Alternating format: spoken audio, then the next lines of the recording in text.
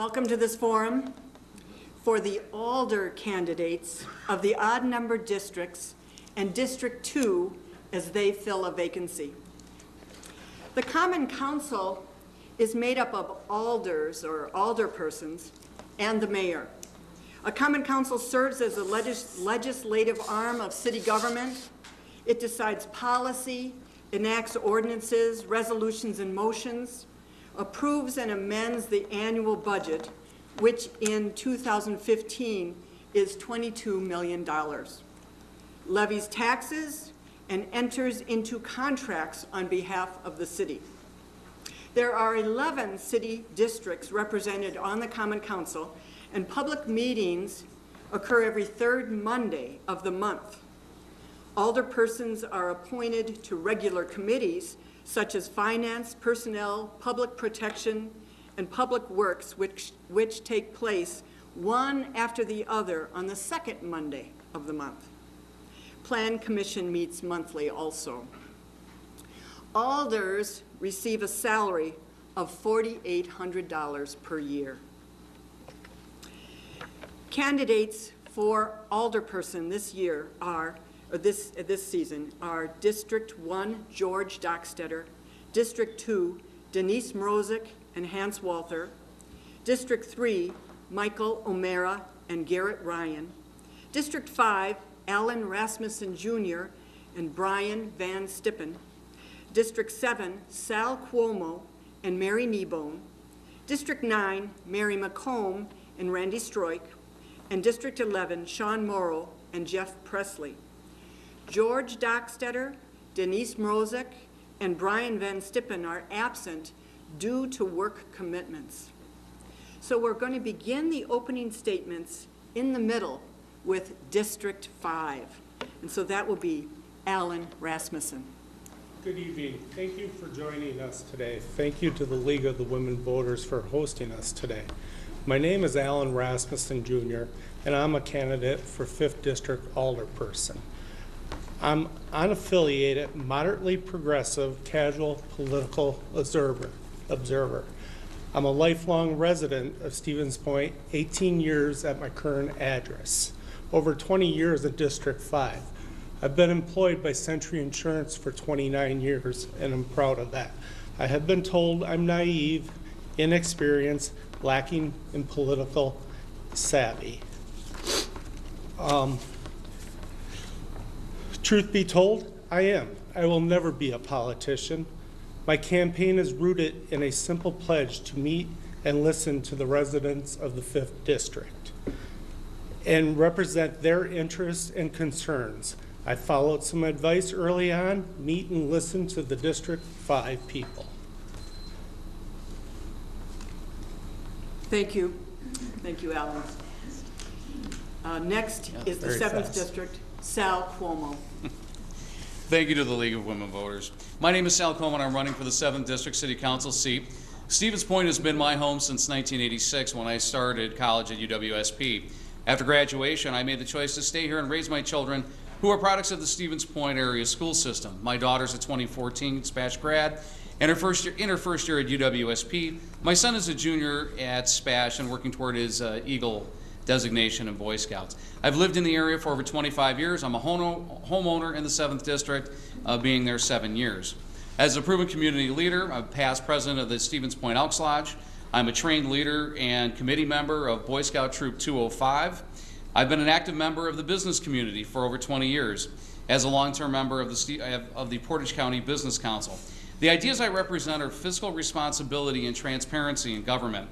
More importantly, the ideas of that the residents of this community must be allowed to be heard. When elected, I will listen to those concerns and work with the leaders in the community to provide a plan of action. Thank you. 7th District, Mary Kneebone. Hi, my name is Mary Kneebone, running for District 7 Alderperson. Thank you to the League of Women Voters and all of you here tonight for this opportunity. Let me tell you a little bit about myself. I was born and raised in Madison. I've been a homeowner in District 7 for 9 years, and I also lived on Dixon Street when I came here as a student in 1989. In between, I worked as a neighborhood planner for the city of Dallas, Texas. I'm a Vietnam-era United States Air Force veteran. I hold a bachelor's degree in resource management with a land use planning emphasis from UWSP.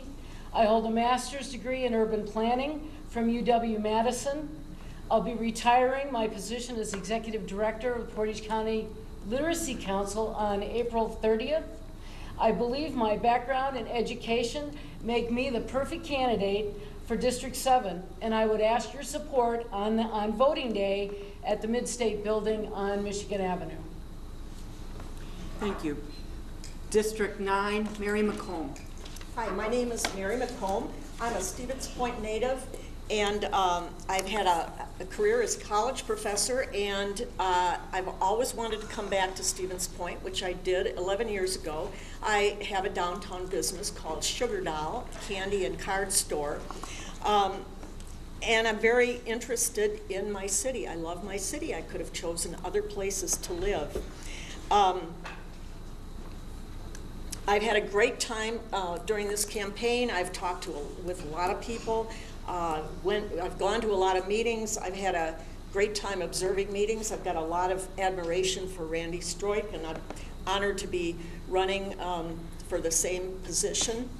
And I hope I have people's support, and thank you to the League for this forum. Thank you. 9th District, Randy Stroik. Nope, he just pulled. Oh, There we go. Okay, I'm Randy Strike, running for 9th District Alderperson. I'd like to thank the League for hosting this forum. I've resided in the 9th District in the West Side for 40 years of my adult life. So I'm very entrenched in the 9th District. I'm married. I have 3 teenage kids that are going through the Stevens Point School District. I'm completing my 12th year as the 9th District representative on the Common Council. I've been elected the Common Council president by my peers 3 consecutive years from 2010 through 2012. I've got 29 years of experience in business management, and I believe I can use that to the city's advantage. With 3 new council seats for sure, and potentially 7 new faces, I believe that experience needs to be an important part of this election. thank you. District 11, Sean Morrow. My name is Sean Morrow. I'm running for Alderman in area 11. I have 15 years of criminal justice. Right now, I manage the state probation parole office. I have made my career to help others and to also protect the city. I have worked in city, county, and state, and so I feel that I know how city government works. I know how state government works. Is well, part of my job is also to design contracts for my office. So I work closely with the board, and I am running to be more involved and to help the area that I live in. 11th District, Jeff Presley. My name is Jeff Presley. I'm running for District 11. I'd like to thank the League, thank the candidates for putting themselves out there for the city. I have over a decade of experience. I think that's brought up a couple times. Experience does matter in this position. I'm a true nonpartisan. I don't belong to the Democrats. I don't belong to the Republicans, Libertarians, you name it. I vote on the issues because that's what matters when you're running for city council. It is a nonpartisan position. No ties. Make the best decision to where we can live, work, and play in this community. And that's the type of decisions that we need to move us forward. I appreciate your vote. Please, please get out and vote. Hopefully the turnout will be a lot better than the primaries were. It's important your vote does count. Every single vote does count. And this primary proved it. So please do it. Next, 2nd District, Hans Walter. I'm Hans Walther, and I would like to start out by thanking the League for hosting this forum and giving the candidates the opportunity to state their opinions on issues. I'd like to start out this evening by just giving a little bit of experience, talking a little bit about my experience. I had served 14 years on Stevens Point City Council. I was off for 4.5 years, and when Alderperson Suwami had passed away in September, I had been asked by several 2nd District residents and several alderpersons to put my name in. I was elected by the Stevens Point City Council in October. I also feel experience is very important. I did serve in 2002 and in 2007 as City Council President. I have served on various committees and commissions. I have chaired the Transportation Commission from 2000 until 2010, which I feel was a very important position in the city. Thank you. District 3, Michael O'Mara. I want to thank the League of Women Voters for this forum and for the work they do all year long. They really improve the information that the voters in our city get.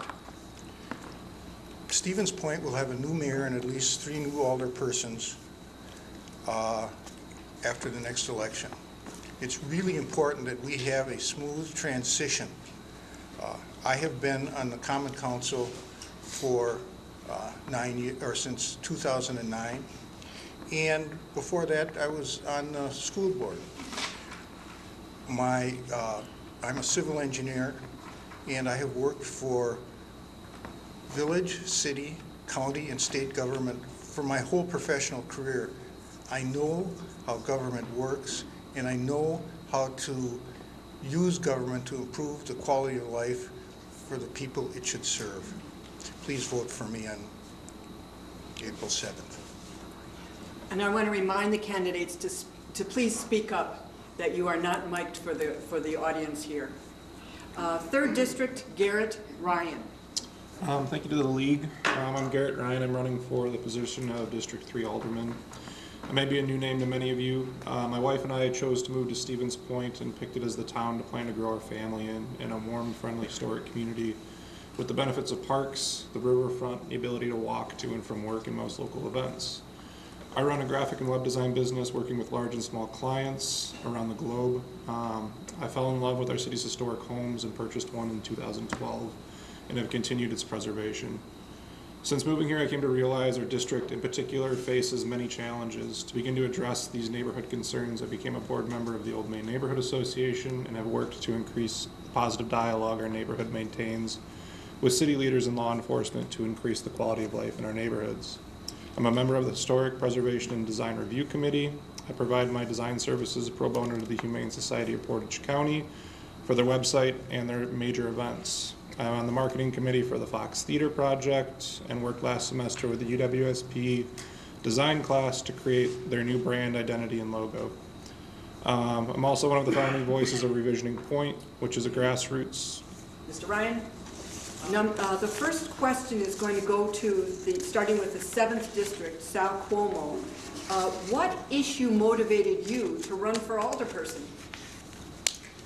I think the issue that motivated me to run is my concern in regards to the deficit of over $50 million. I have been critical of some of the spending that has been done by the city in the past with some of the more famous projects that certainly have been written up and discussed. I think there's a better way. I think there's a common sense approach that needs to be taken, and certainly we are going to need to prioritize our spending in order to work down this deficit of $50 million. Okay, District 7, Mary Kneebone. Actually, I think there were really 2 issues that kind of motivated me to do this. One of them was the 2 gas stations that went in on Highway 10 about a year ago. They're in my neighborhood, and many of us opposed it, but it went through anyway. And I thought, you know what, the only way to make a difference is to, put yourself out there. The other issue that's motivating me is with the construction of the Skyward headquarters on Burlesky, bringing in all the jobs. It's gonna create a big need for housing, infrastructure, city services, and we have that great prime empty space out there on Highway 10 that belongs to the town of Hull now. But I think if we can cooperate, we can make something really nice happen out there. So those things, I think, were my motivator. Not happy with the decision my alderperson made, and wanting to help channel development. All right, District 9, Mary McComb. Isn't it Randy's turn to go first, because I went? Yes, you are correct. Thank you. So, District, right, we are trying to alternate in between in terms of going first. So thank you, thanks for checking me on that. And so, District 9, Randy Strike. Yep, the reason I chose to run again is when I realized that we were gonna have a new mayor in the position, and with 2 of the council members filing non-candidacy papers and 2 other current alderpersons deciding to run for mayor, I looked at it and thought the experience level is gonna be critical in this next 2-year term. And that really was my driving motivation.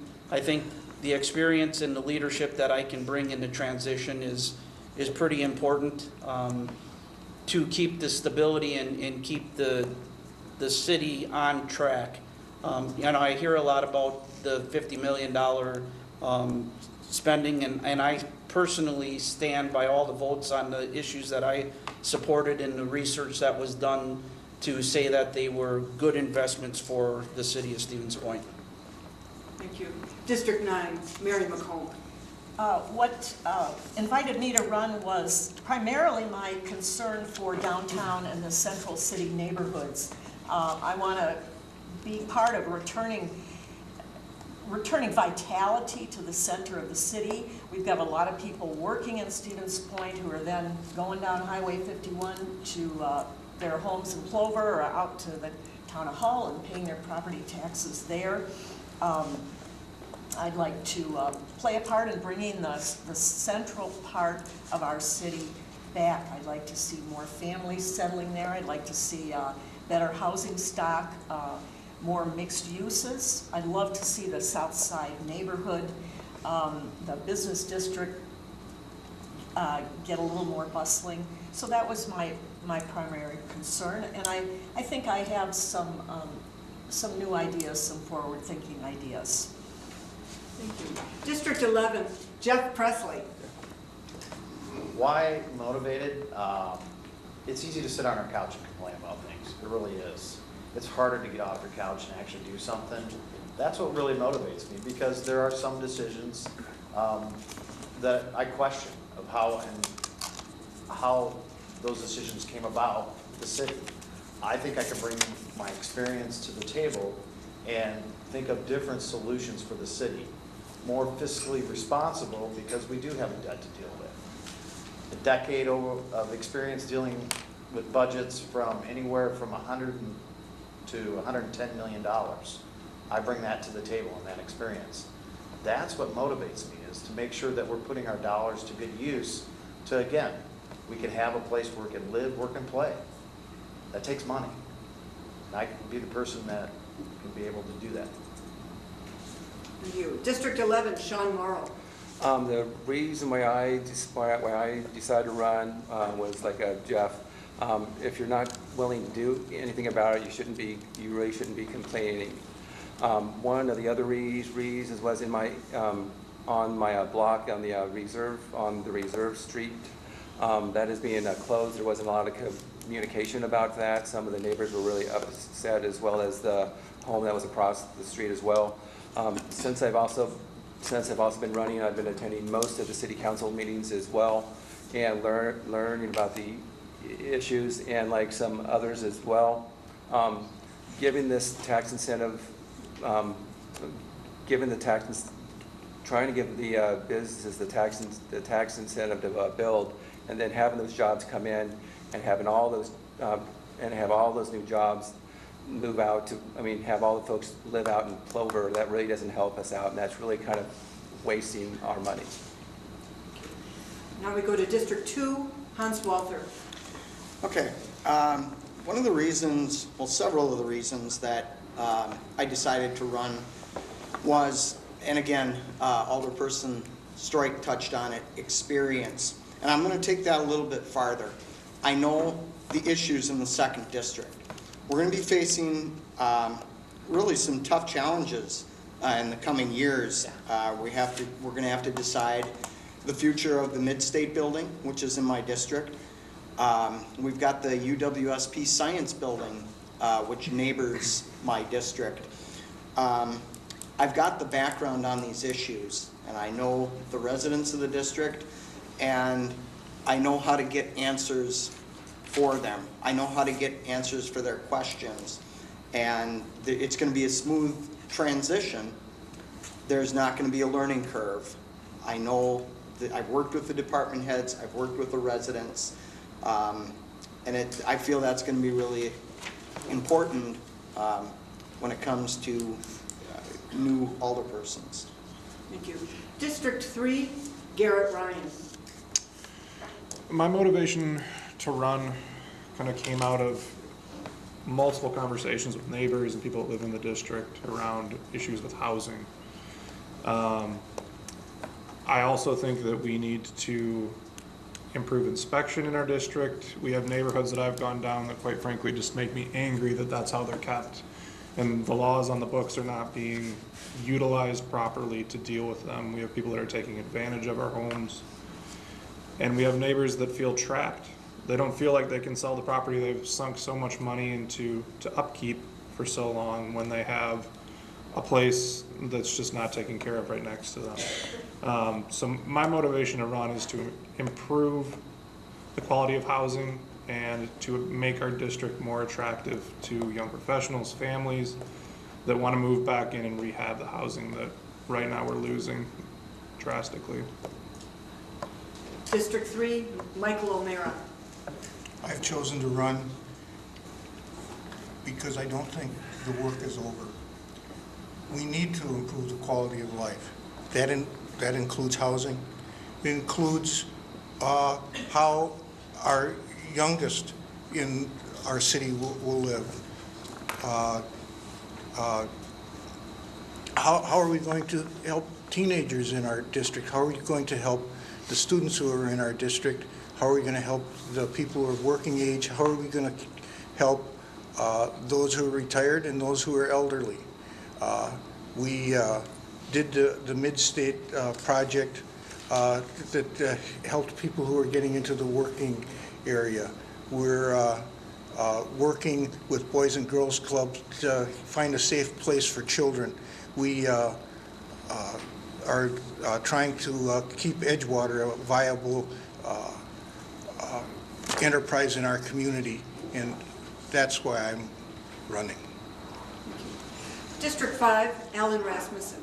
I chose to run for alderperson because our alderperson wanted to step aside, looking for new people to join. I decided, why not me? I can learn something, I can help our community be better, and I'm just interested in helping Stevens Point grow. I'm also interested in bringing that budget down, not the budget itself down, paying down on our debt.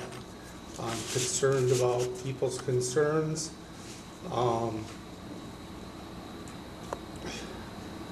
There's just a lot of issues, and it's not going to get any better. These next few budgets are going to get harder and harder to continue making go. But there is a lot of issues. I don't know all the issues offhand, but I'm willing to work at them, learn it for the benefit of our community. The city budget faces many challenges from the state. What services are you most concerned about preserving in Stevens Point? I'm not so, well, I'm worried about services. I'm very worried about the services to our senior citizens. I know there's a meeting Friday morning at the Lincoln Center with Julie Lass, I think, and about the possible losses to our senior citizens. I'm extremely concerned about the budget cuts to the university. Those cuts are going to trickle down to every business in the area. We're slated to lose something like 116 faculty members or staff members. That's going to impact the real estate, loss of students because perhaps they can't get their majors or their course of study. We'll be losing students. I think we'll be losing some sort of state aid that we get for supporting the university with infrastructure. I'm worried that that is just going to lead to an overall diminishment of the quality of life for Stevens Pointers. Thank you. District 9, Randy Stroik. I'm really not concerned as much about preserving, and the reason for that is just last month we passed an ordinance that allowed our city leadership to not be facing a 2-year commitment on their hiring and firing by the mayor of Stevens Point. I think the answers lie with our department heads. They're extremely knowledgeable, they're professional, and up until now they've always been reapplying for their job every 2 years, so they had to follow the outline of the mayor. By freeing them up to really be the professionals in their service with Lean and Six Sigma that we implemented several years ago, I believe that the answers are within to make the cost improvements, to make the necessary changes, to be able to continue to provide the services that we currently do within the same cost structure. And that's by rolling up your sleeves and doing the hard work, doing the things that are necessary to improve, not sacrifice. District 11, Sean Morrow. Through this process, I've met with most of the heads, and I feel very good that we'll be able to do whatever we need to end up doing. I know for my area, the big concern is trash and snow. It seems like every time there's a snowfall, we're one of the last places to get plowed out, and that's one of the things that I've been hearing a lot about. But again, I've been talking to a lot of the heads, and I don't think there's going to be a real problem with that. Thank you. District 11, Jeff Presley. Can you repeat the question? Yes. The city budget faces many challenges from the state. What services are you most concerned about preserving? It's really not so specific to the city, but more towards our community. The university cuts are going to be like the closure of a mill. And we've been through those kinds of situations where it is a tough economic impact on our community. We need to be ready for that. The second one is there's going to be a cut to the school district, $1.1 million. So not only the university, the school district's going to have a cut. So we're looking at tens of millions of dollars, essentially, that will impact our community. We as a council need to be proactive instead of reactive. We need to figure out creative ways to where we can offset that impact to our community. That's a big concern of mine. And when it comes down to it, experience does matter. I have experience in that. I have experience in doing the budget cuts and picking those programs that are most important to those that are needy in our community. District 2, Hans Walther. Okay, I think it's really hard to prioritize, which are important departments, because we've got an outstanding Parks Department. Our Department of Public Works does an outstanding job. Our police and fire do an outstanding job. And I think what we need to do is we need to look at, rather than looking at the negative, we need to take a look and look positive. And we need to take a look at what we need to do in the city of Stevens Point is increase new construction, because that's going to take a burden off of the cuts that we face from the state. Our levy numbers are based on what we can do with new construction. That's got to be key. It's really important that we, in order to preserve our great services that we have to be creative and we have to be open-minded when it comes to ideas of new construction. Thank you. District 3, Michael O'Mara. I'll answer the question directly. I think that what I'm really concerned about is that we're going to sacrifice our infrastructure so that we mortgage our future and have our children get to pay for large reconstruction projects when they don't have proper sewer and water and the roads are all broken up. Also with parks. Once you lose a park, you probably aren't going to get it back. I'm worried about maintaining a large enough workforce so that we can respond to emergencies. That not only includes police and fire, it includes the guys who would help if you have a flood or if you have a snowstorm to plow the streets. And also, I want to maintain our transit. There are people in the community that rely on it. It's an important service, and it would be a tragedy for us to give it up. Thank you. District 3, Garrett Ryan. One of my main concerns are the budget cuts to UWSP, as well as to SPASH. One of the reasons we moved here was because of the quality of education that our children could have in the future and their ability to take college courses in high school. And that looks like that's something that's going to be going away or going to be costing quite a bit more money to those families, which I think is unfortunate.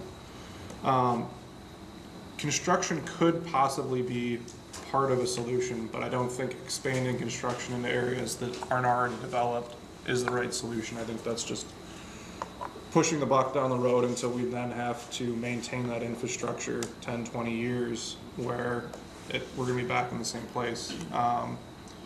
If we're talking about development projects, I'd like to see them done in existing buildings and existing areas and improve those areas to attract people to move back to the city center and surrounding communities instead of continuing to push growth and development in the new areas where we now have to fund that infrastructure. District 5, Alan Rasmussen. My thoughts on the budget is I'm pretty proud that we're maintaining public safety. We're not laying off workers in the police department, fire department. We're not actually laying off anybody in city government. We've been keeping up. But it's going to be harder to maintain the budget for years to come without growth of new tax dollars.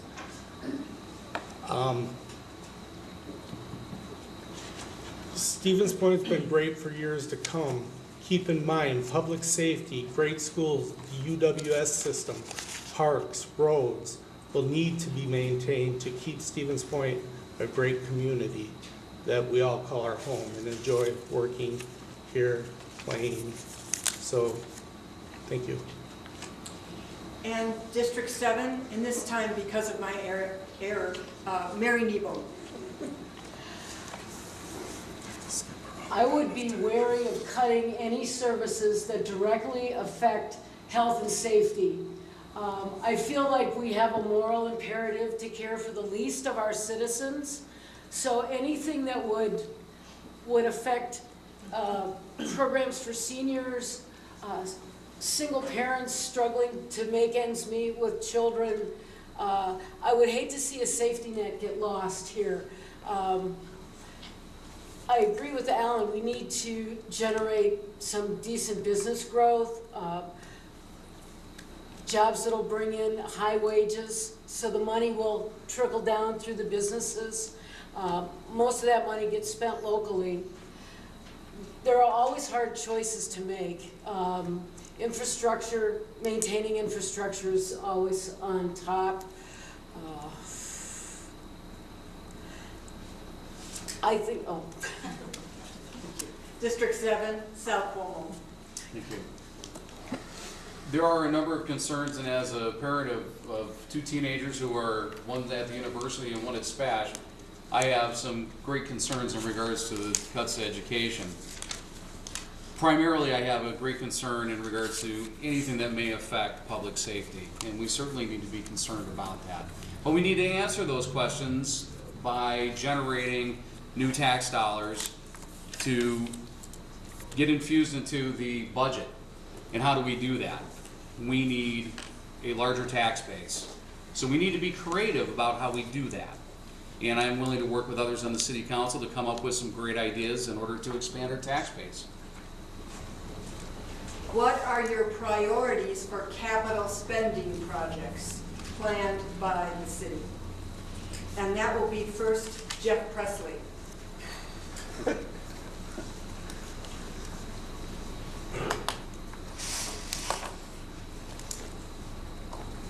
As far as the priorities for the capital spending, you still have to have money to do that. That's the problem that we face is we have a debt that's going to approach $50 million.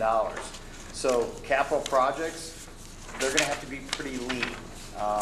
And we're going to have to go through a process. And on the council, they're going to have to reprioritize. We are going to have to reprioritize what our capital projects are because our borrowing capacity, we can't do very many projects, big projects. That would be my first priority is reprioritizing our capital projects. As far as picking one over the other, I'd be guessing. I really would until we go through that process. I think we have to be fiscally responsible and we need to clean up our debt before we start going out and spending more money. District 11, Sean Morrow. The city right now has several, has a lot of plans. One is the one that I'm on, Reserve Street. That is going really well. That's going to really help us. The Hoover overpass is going to also help. For years, residents have been stuck by trains. They've had to reroute themselves and so on. And that's something that's going to be going on. That's something that's going to be going on in the next few years. Right after that, on Highway 66 and I-39, there's another project that's in the plans as well.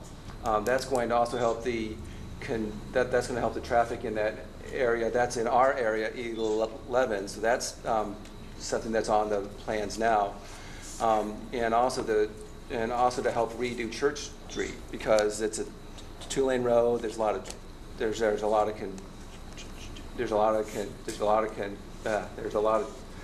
congestion that's going on there, and there's 4 plans now, and and the city council's going through the process to decide which one they like. Thanks. Next, District 3. Oh, excuse me, District 2, sorry. Hans Walter. Okay, what are my priorities for capital projects? I take a look at what we've borrowed over the past couple of years for capital projects. And this actually, for this year, we borrowed less than we did in 2012 or 2013 and 2014. So I think we are looking toward the future because we know that we're going to have some big projects coming up next year.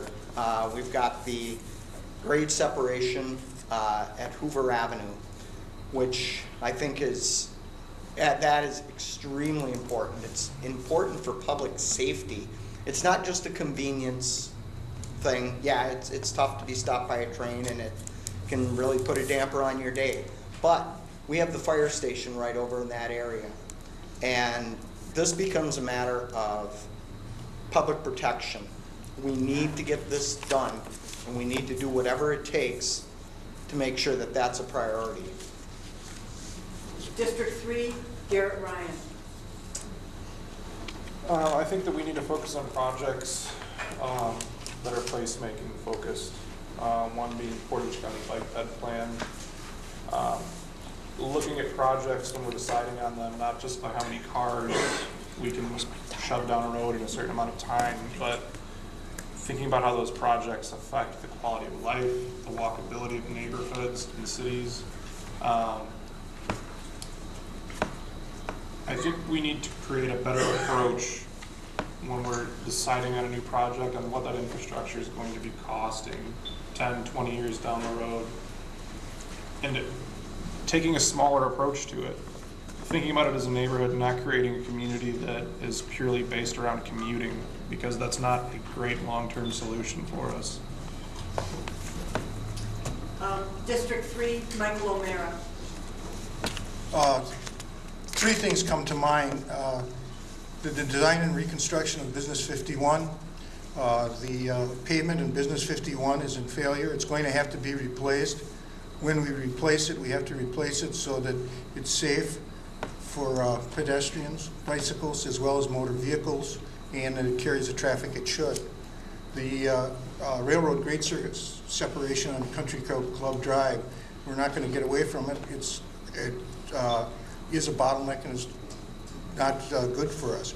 And lastly, the energy conservation initiatives we've been doing throughout the city, we have to keep investing in those because the payback on the ones we're having are so rapid that they save money. They don't really spend money.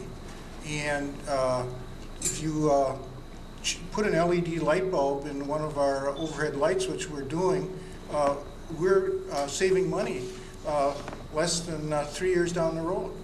It's a great investment. Those are what we should be doing. Next, District 5, Ellen Rasmussen.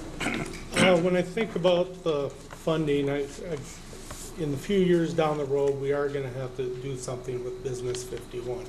As it sits now, the state says we need to do bike paths, bike lanes, and I think that's a good idea. We need to take care of our sidewalks, we need to take care of our roads, and we're going to have to figure out, as a city council here, how do we get more out of our dollars? What needs to be prioritized for public safety?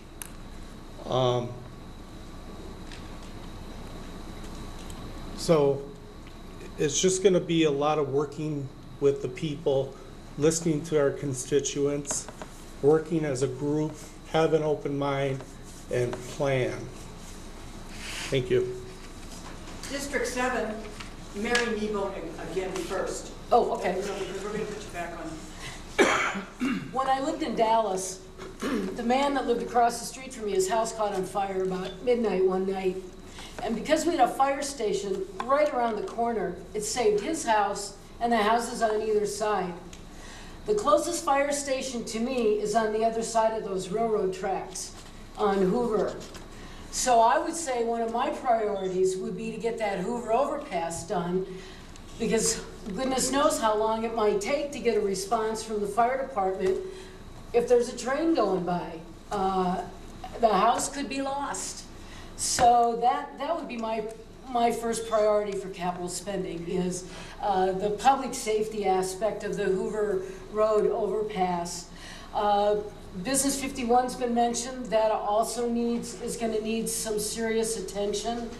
And down the line, they're talking 39 and 10. That reconstruction, whether city money will be involved in that is hard to tell. But again, that will directly affect our district, so I'm not paying attention. District 7, South Portland. Like many up here, my primary concerns are going to deal with infrastructure and public safety. So obviously the overpass, Country Club Drive, is extremely important, not only for the flow of business and the flow of traffic, but also for fire protection. But secondly, we don't have a lot, we know we're not going to have a ton of dollars to work with. And like others up here that have said, whatever we can do to prioritize the budget for public safety will be my primary concern. Thank you. Next, District 9, Randy Stroik. All right. Well, I think infrastructure and quality of life. How many residents know that we're replacing the bathroom shelter at Mead Park this year, replacing the restrooms at Piffner Pioneer Park? Those kind of things that the city council and the city leaders take up and just do to maintain the quality of life that we've come to expect. To me, those continue to be the priorities and the focus area that I put in the quality of life that I can help bring to the citizens of Stevens Point by paying attention to those things. Those opportunities, along with the infrastructure, making sure that the roads don't get so dilapidated that we have to spend 10 times the money to make them correct. We have to continue to look at quality of life and infrastructure so that we don't see every breath that somebody takes. We don't see every person that blinks. Those things bring strength to the city. District 9, Mary McComb.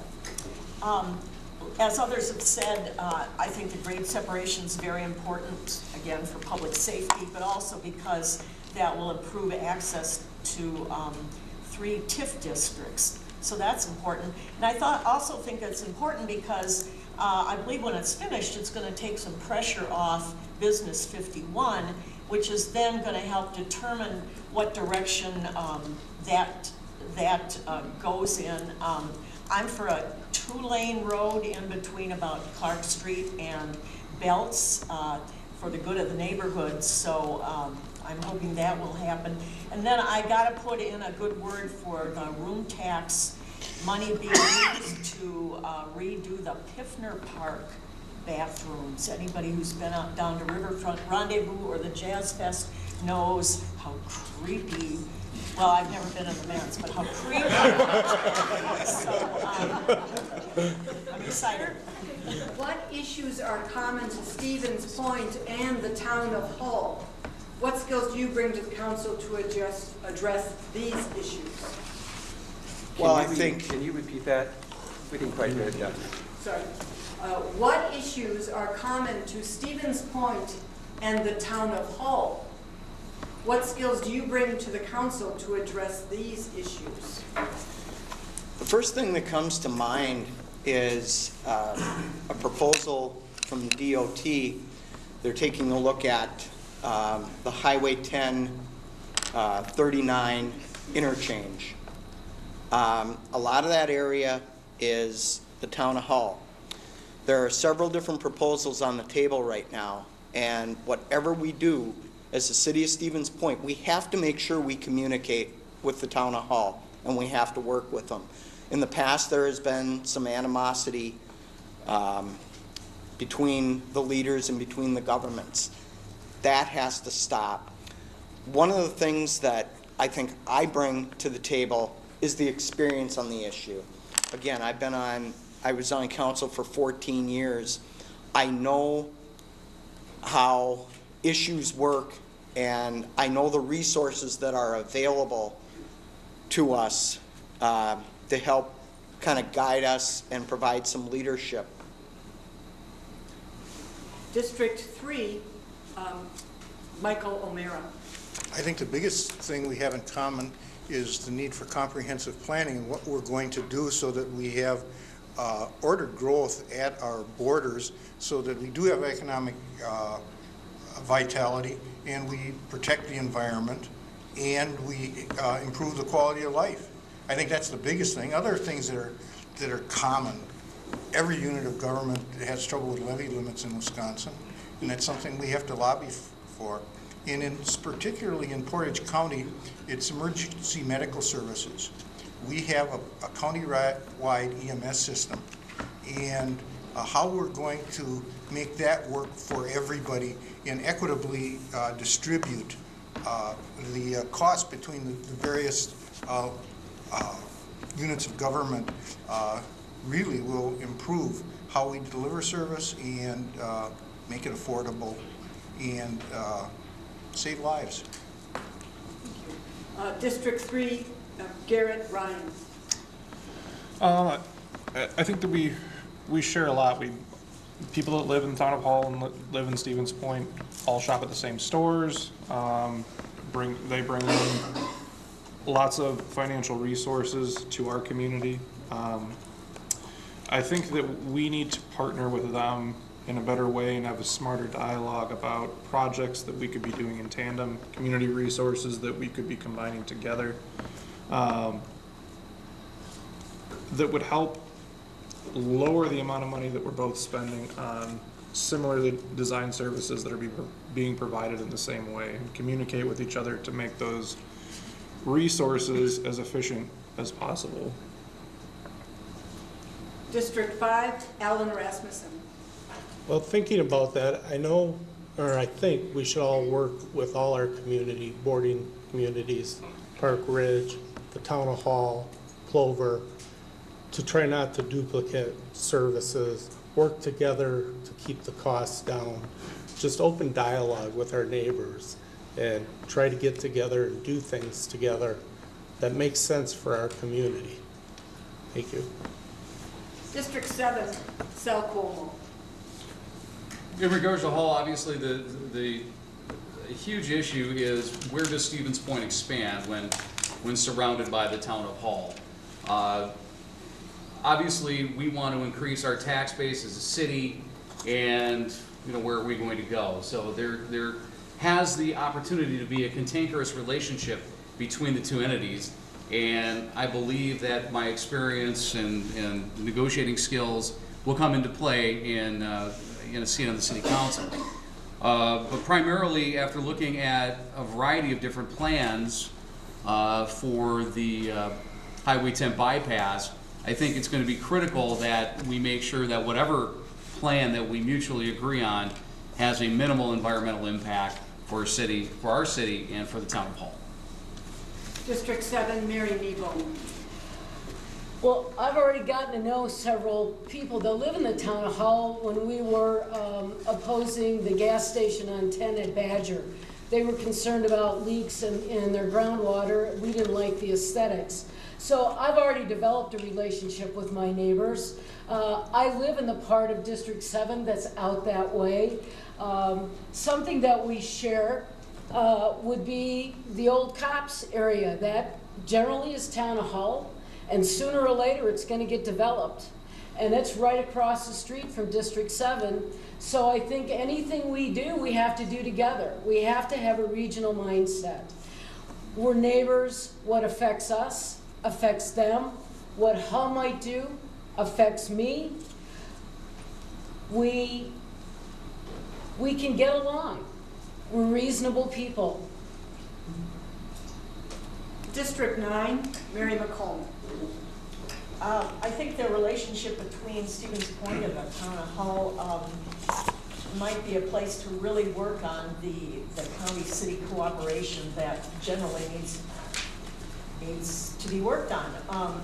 I know we cooperate in terms of solid waste collection and in terms of ambulance service and some other matters. I think one of the issues out in the town of Hull lately has been the water issue, the city wells, lowering wells of some residents out there.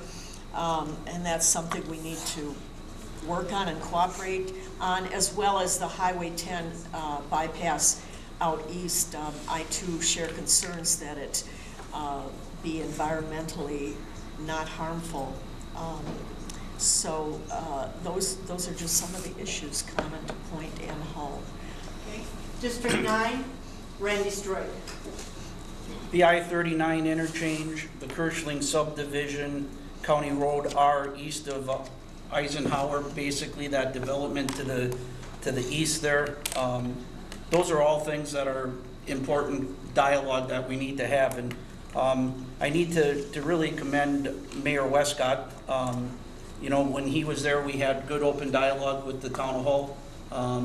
That disappeared for a bit, and through Mayor Westcott's leadership, that dialogue is now open again. And I think that's the key to being able to discuss and work issues collaboratively. Both sides have issues that they need to protect, but at the end of the day, the open dialogue and the non-defensive postures, that welcome conversation and debate are what's going to lead us. So my advice and encouragement out of this is that the next mayor of Stevens Point continues that open dialogue with the town of Hull. And District 11, Sean Morrow.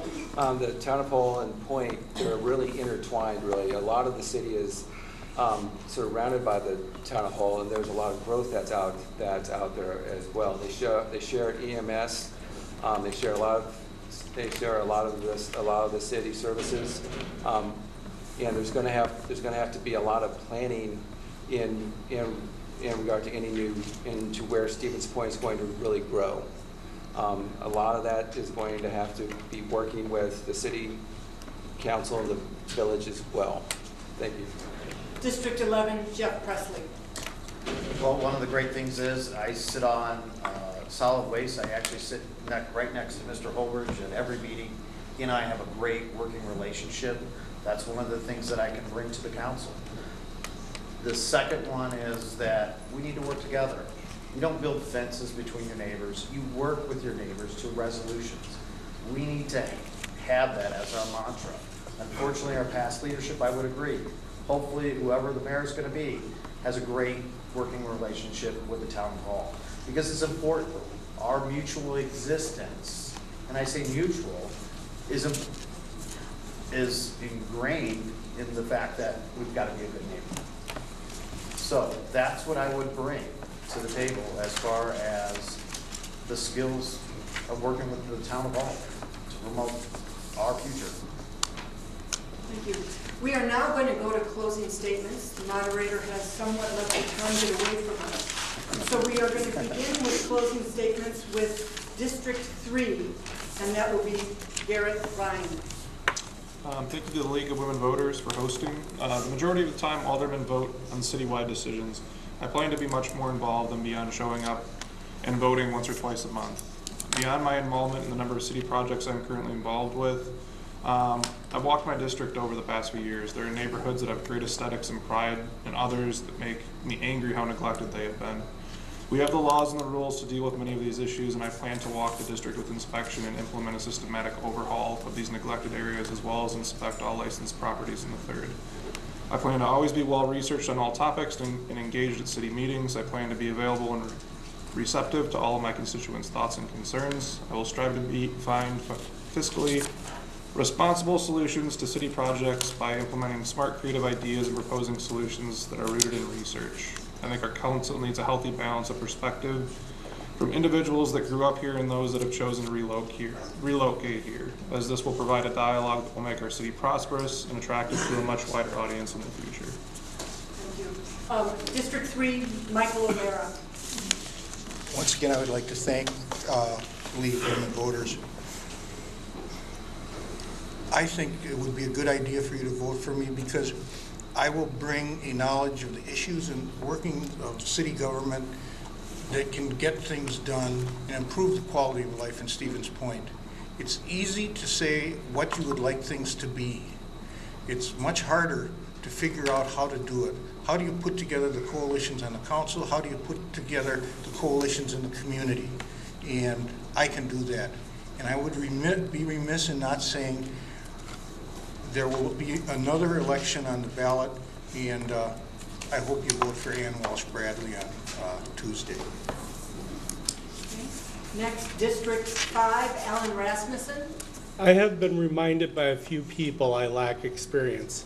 I admit, yes, it's true. I have never run for a political office or been elected. In all reality, 7 of the 11 council seats could change in this election, and the remaining 4 were also rookies at one time themselves. So I ask you, the voters of District 5, to take a chance on me. In return, I promise to do the best and ask questions and learn, and always keep my District 5 residents as my only special interest for the continued growth and keep Stevens Point great. I also ask that you join me tomorrow with my daughter that's turning 18 years old, first eligible voter, and we'll be watching the mayoral debate on her birthday at Century at 6:30. Thank you for attending. Thank you for giving us an open dialogue. District 7, that will be Sal Cuomo. Thank you. Thank you to the League of Women Voters for organizing the forum this evening. On April 7th, citizens of Stevens Point are challenged with the duty to select who best represents their ideals in city government. For those in the 7th District, I would certainly appreciate your vote. I ask for your support because of my concerns for this community, my experience in operating within budgets, and an inclusive, proactive approach in providing new ideas. Most importantly, I ask for your support to be an advocate of the ideas that you believe in that are best for your home, your family, and your community. The residents of the 7th District, I ask that I may be your voice when you vote on April 7th. Please vote for Sal Como. District 7, Mary Nebo. Thanks again to the League of Women Voters and to all of you for this opportunity. I have real-world experience with exactly the issues this city and region will face going forward. I know I'm well qualified to be a voice for every resident of the district because I have the education and the experience, and I've done the work. When I was in the Air Force, I did what the mission required.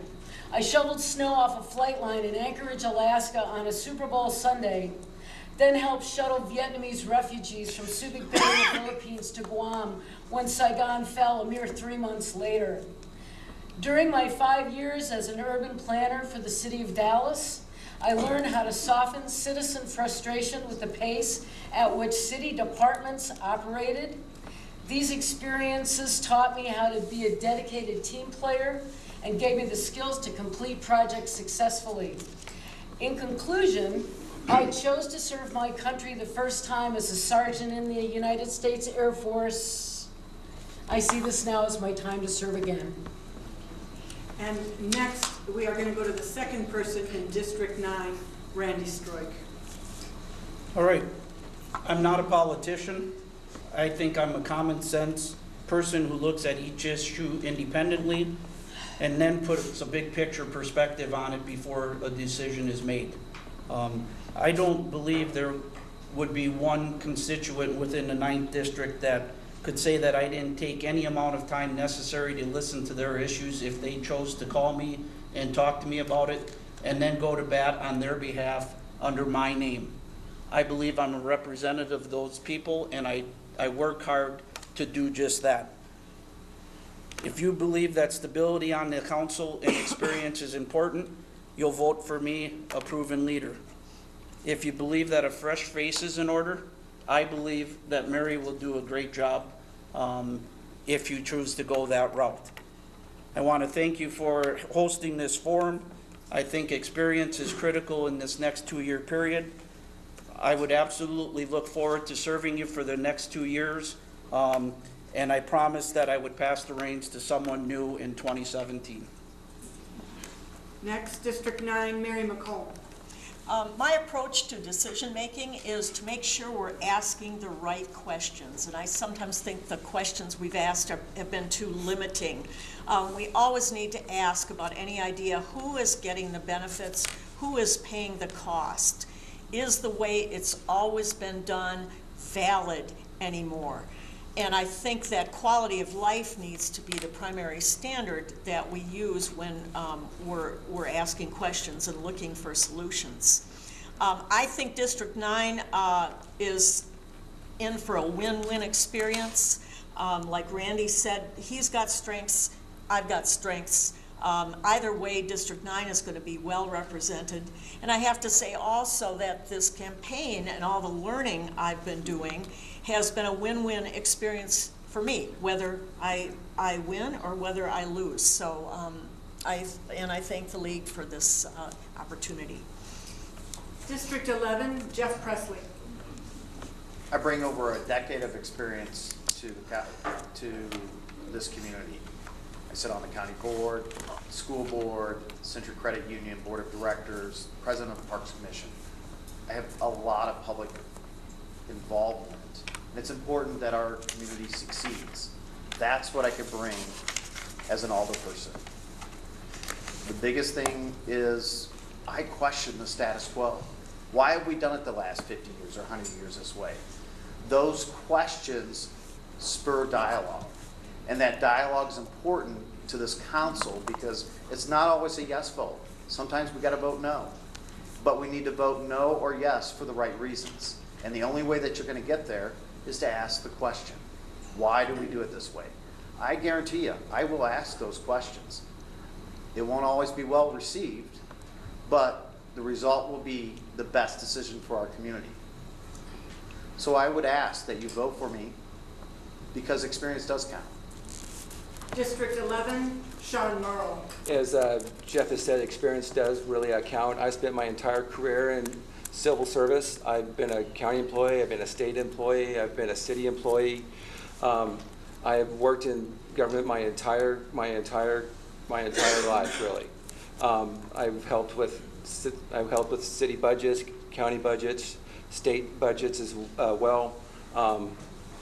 I've also talked with various. I've talked to the department heads as well to find out what the issues are. Before I end up making a choice, I will ask the questions that need to also be asked, so that I have a full answer, and I will also be able to explain that to everybody in my area. Thank you. And District 2, Hans Walther. You know, we've heard a lot about experience tonight, and myself included. I mean, I've talked quite a bit about my experience, but I think it goes a little bit farther than that. You have to be able to do your research, and in the words of a former alderperson that served for many years, do your homework. That's important.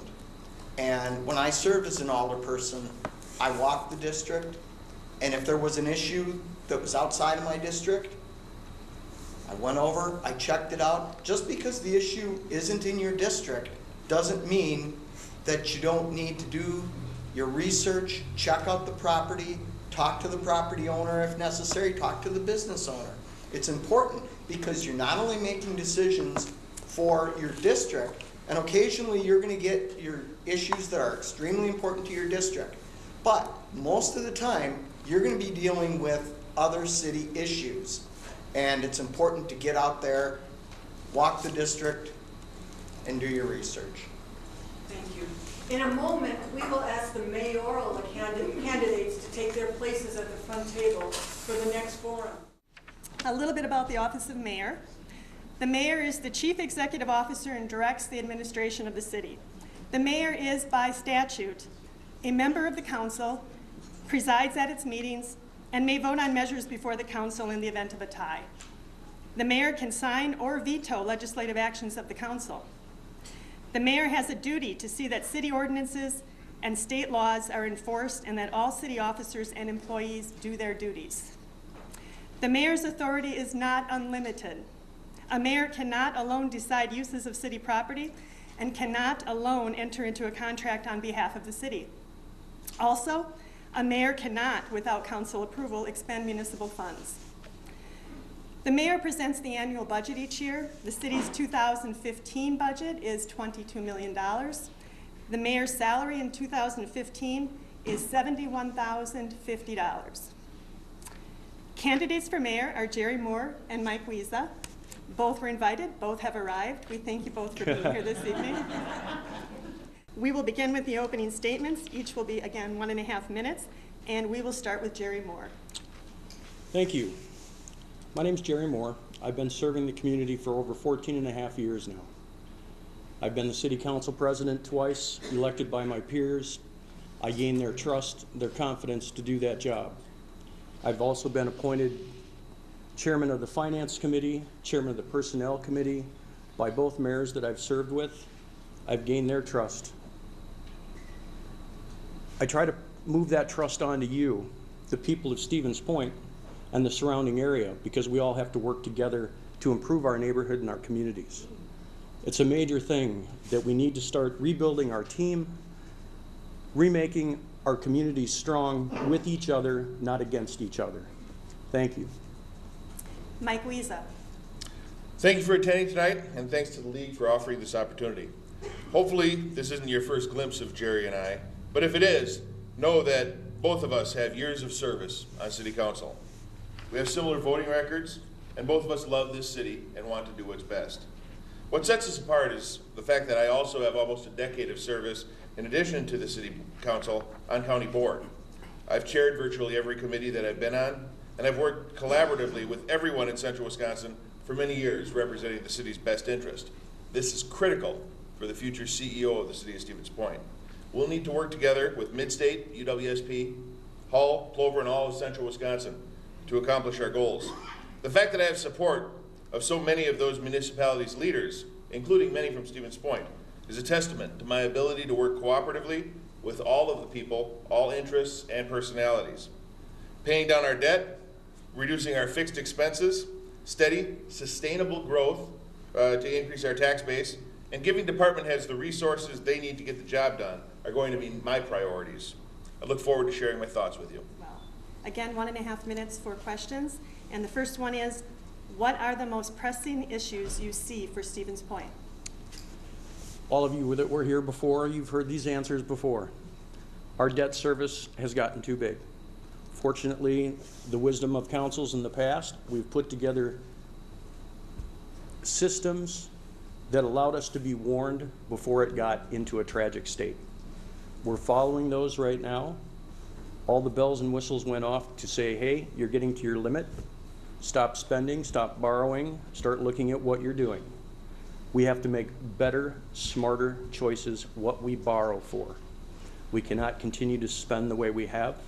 If we do decide to borrow, it has to be on projects with speedy paybacks to the community. It can't be 20 years out in a TIF district. That's just not going to make it anymore. The thing that we have forgotten in all of this growth and looking at jobs is we need single-family housing in our community. We need to find some land to start some new neighborhoods, to build and allow those people that are getting these jobs that we've established to live in our community so we can so we can get that money also in tax-based growth. That's what we need to move forward in our community. Mike Wiesa. I think Jerry hit the nail right on the head. I think reducing our debt right now, increasing that debt capacity for future capital improvement projects.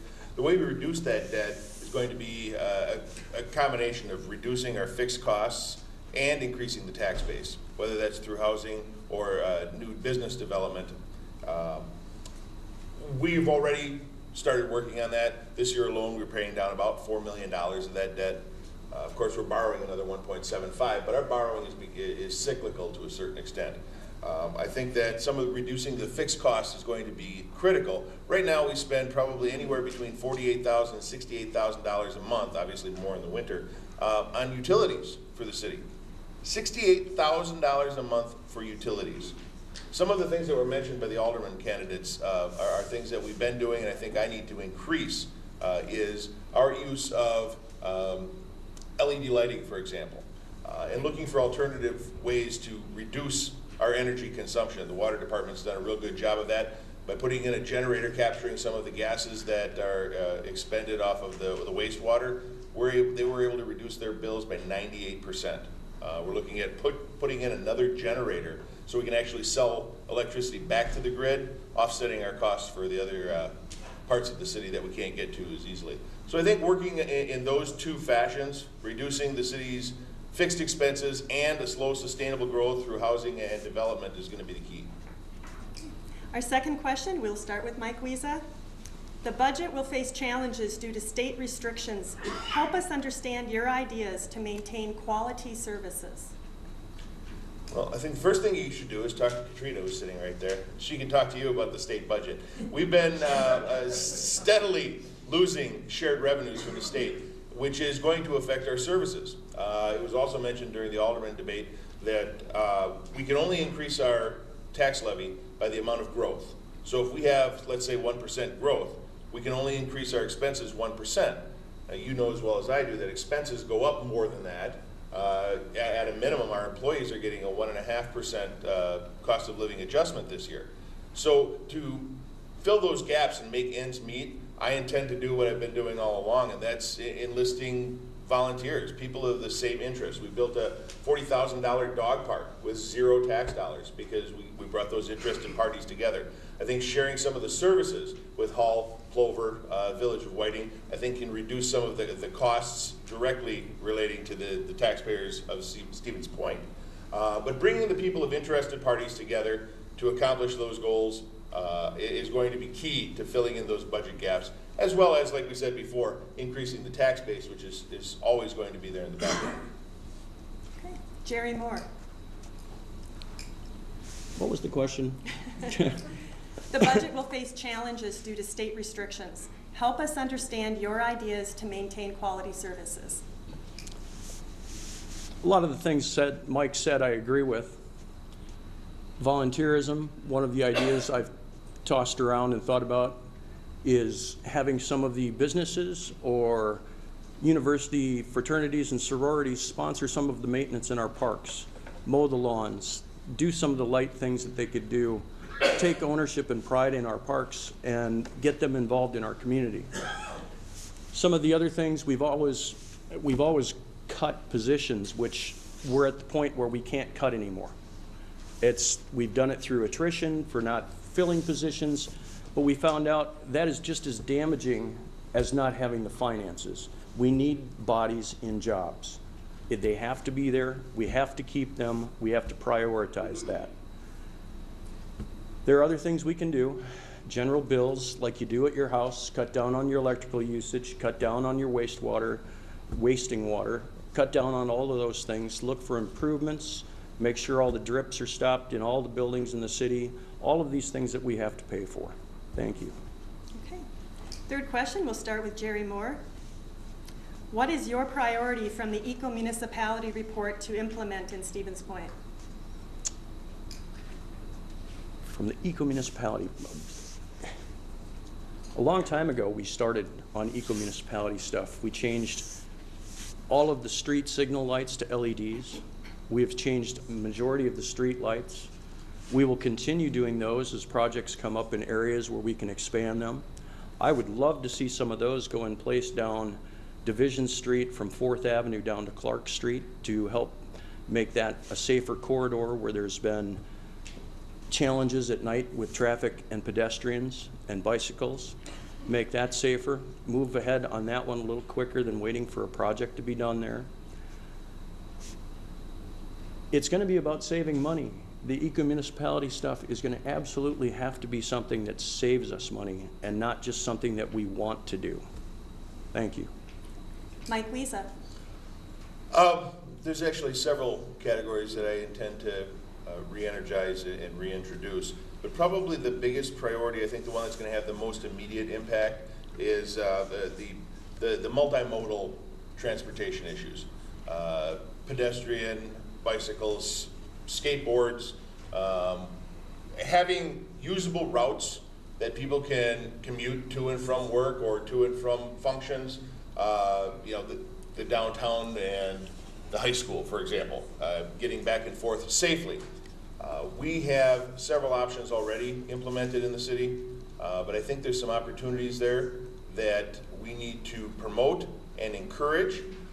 We've got a new generation of people out there that don't necessarily want to use cars. So we need to make resources available. The Green Circle Trail, for example, everybody thinks it's a great recreational trail. It links a lot of the city. So we could use the Green Circle Trail and market it as a commuter route. People can bike to work and have a nice view on the way to work. So I think encouraging those possibilities are probably the biggest and first priority of the Eco-Municipality Task Force results that I would implement. Question from the audience. We'll start with Mike Wiesa. The city's drinking water comes from wells near the Plover River, and 2/3 of our drinking water comes from the river some times of year. What would you do to maintain and improve the safety of our drinking water? Drinking water comes from the faucet. Right? It comes from a river? That's gross. No, actually, that's always been a priority of mine. I've got a strong conservation background, being the board of directors of the Isaac Walton League and some area conservation clubs. So I was pretty vocal when Mary Kneebone had mentioned about the gas stations that went up very near our wellhead protection areas. What we need to do is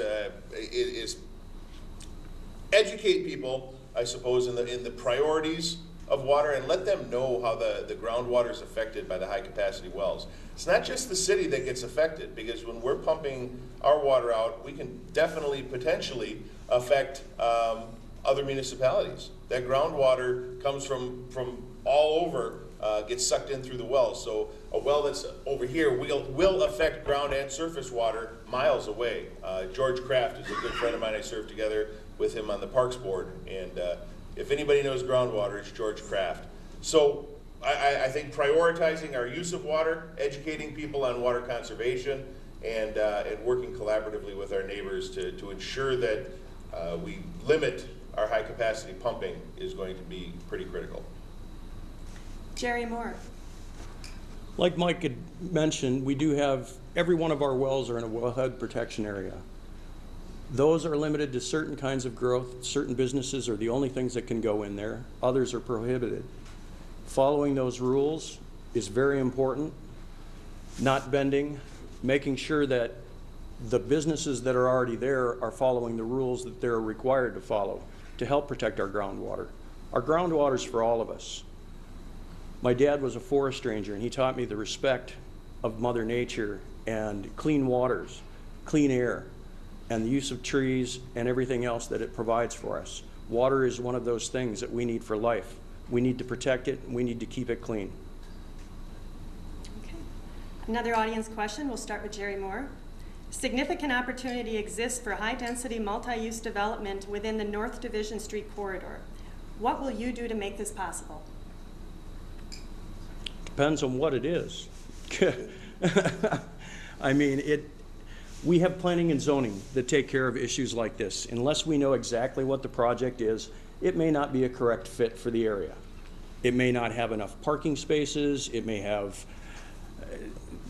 there's all sorts of things. This kind of an open-ended question is very difficult to answer because we have so many planning and zoning issues that go along with it. And whether or not it fits into the zone that's already there, or maybe it has to be rezoned, or maybe there's no way that it fits in the neighborhood that they want to put it in.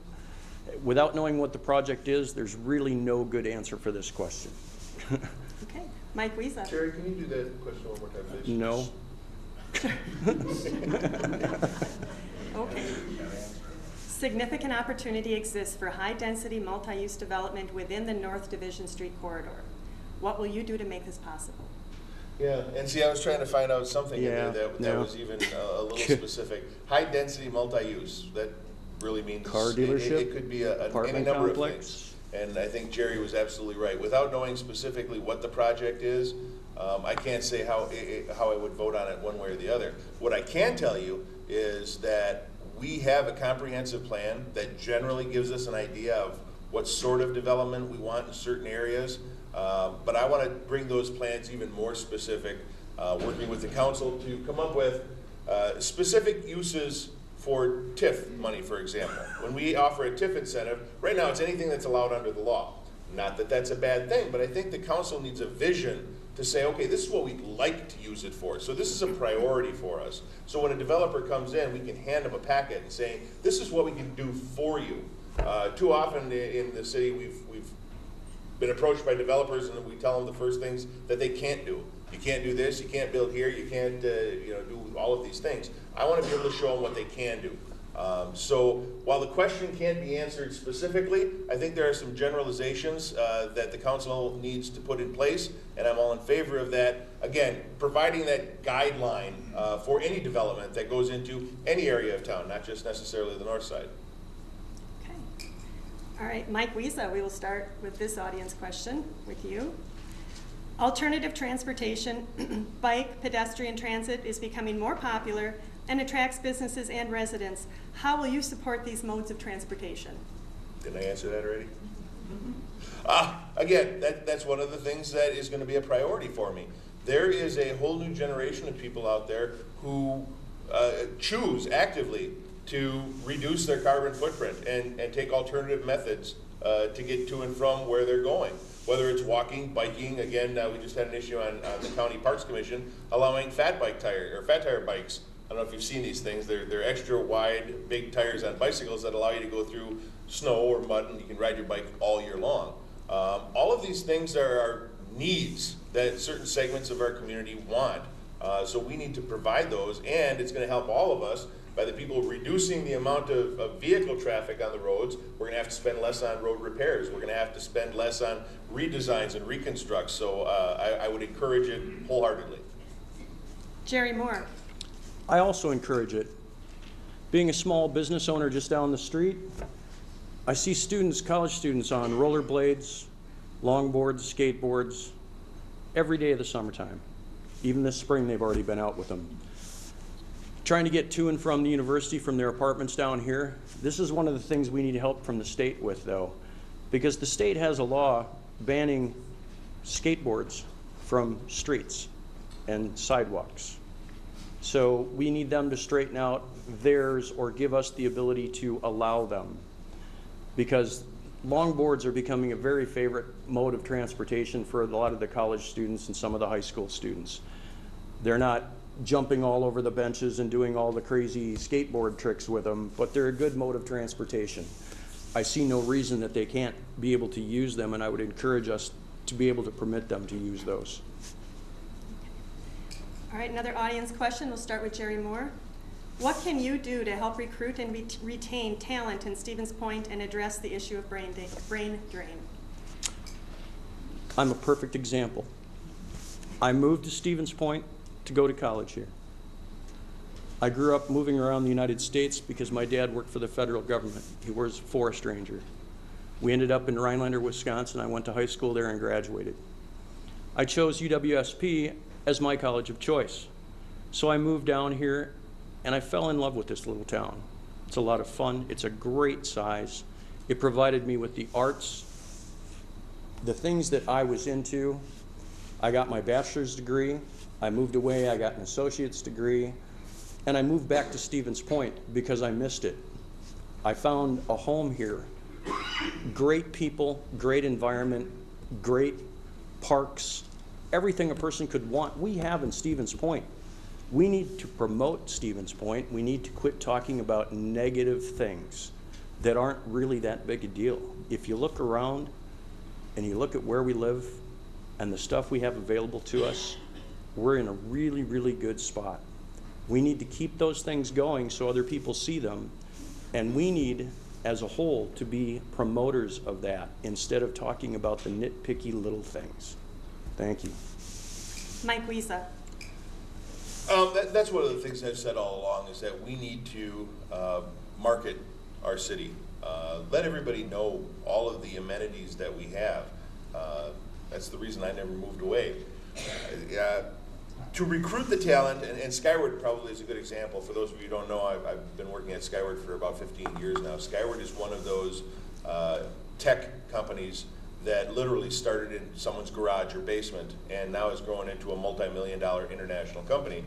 They have a very strong local bond, and they encourage that. They encourage that with their employees. We have scholarships that we give to the university, mid-state, to encourage that.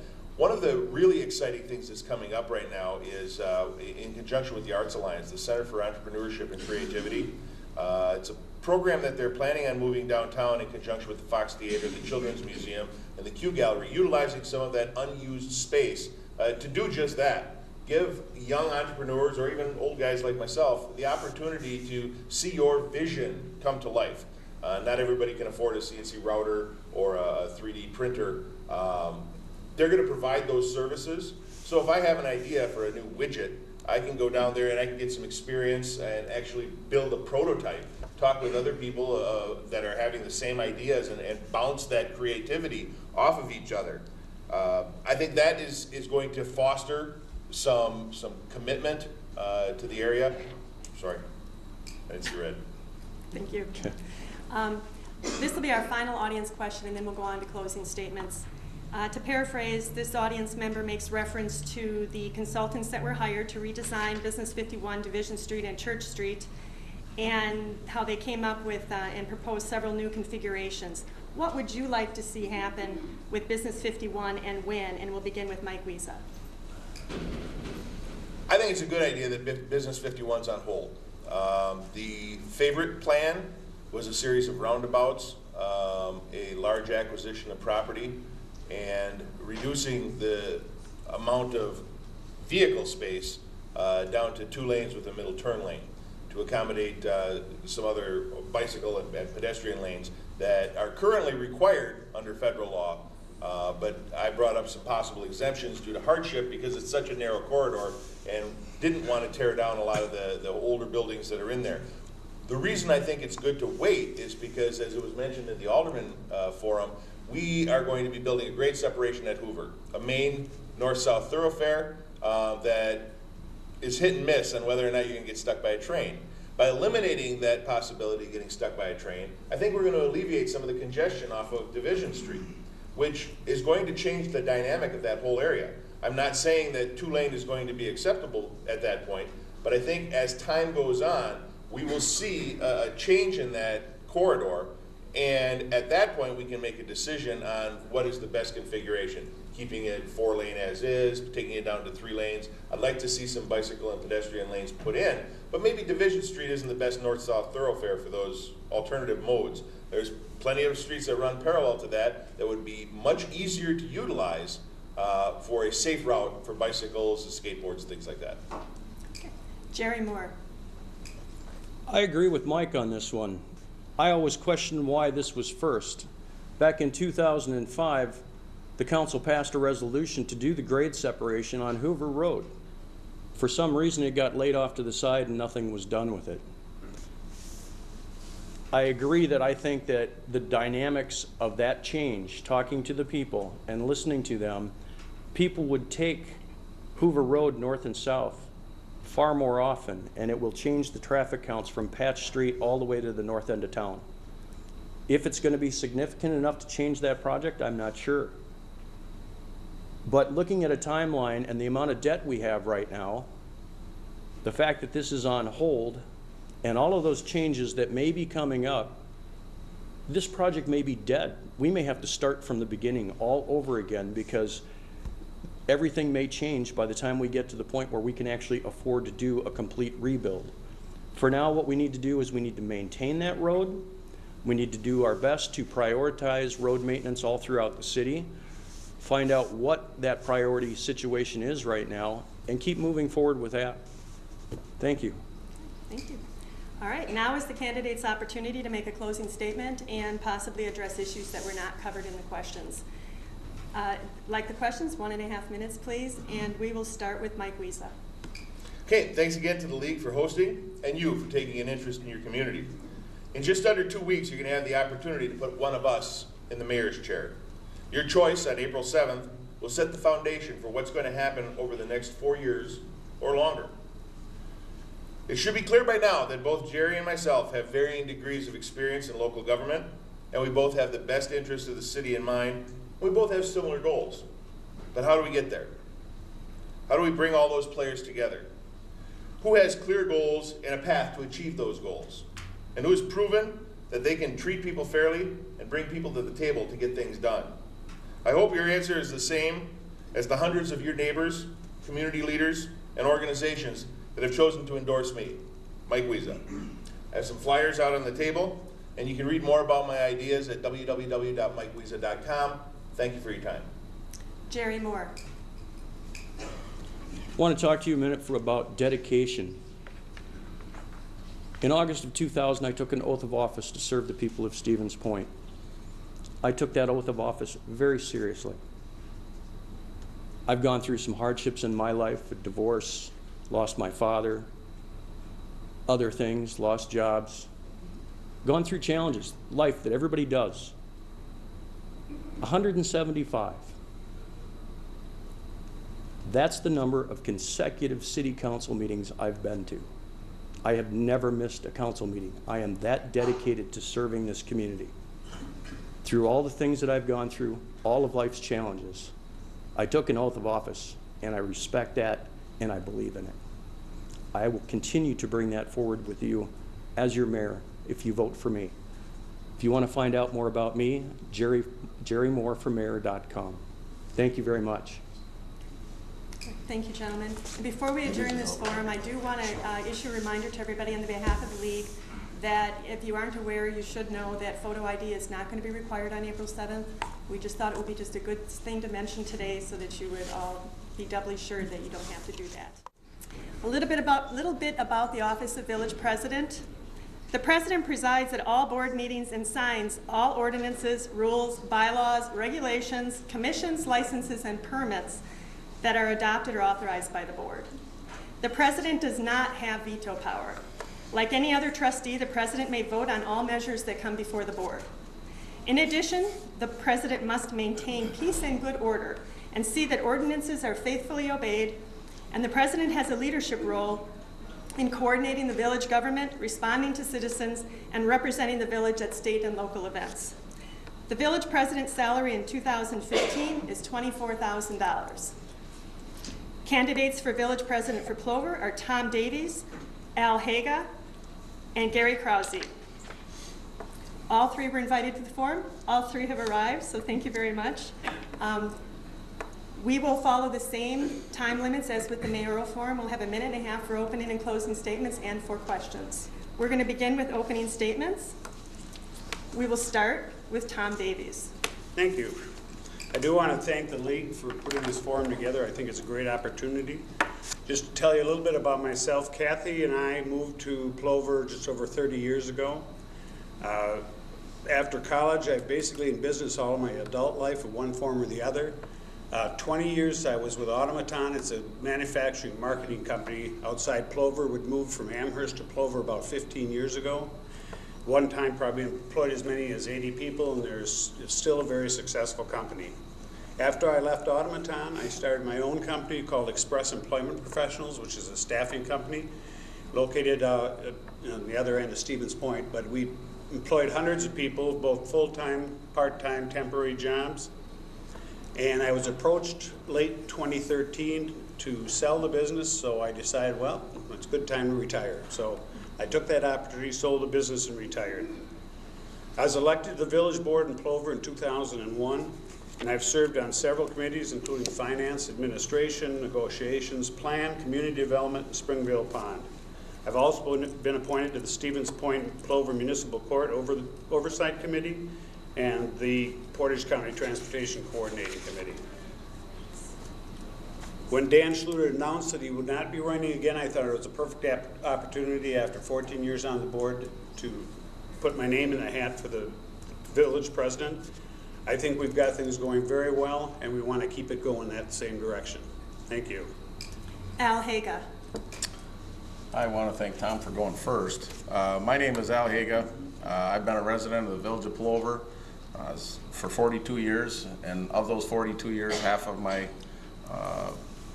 that time I've been dedicated service and leadership to the village of Plover and the county. I've been married for 28 years to my wife Teresa, and I have 2 sons.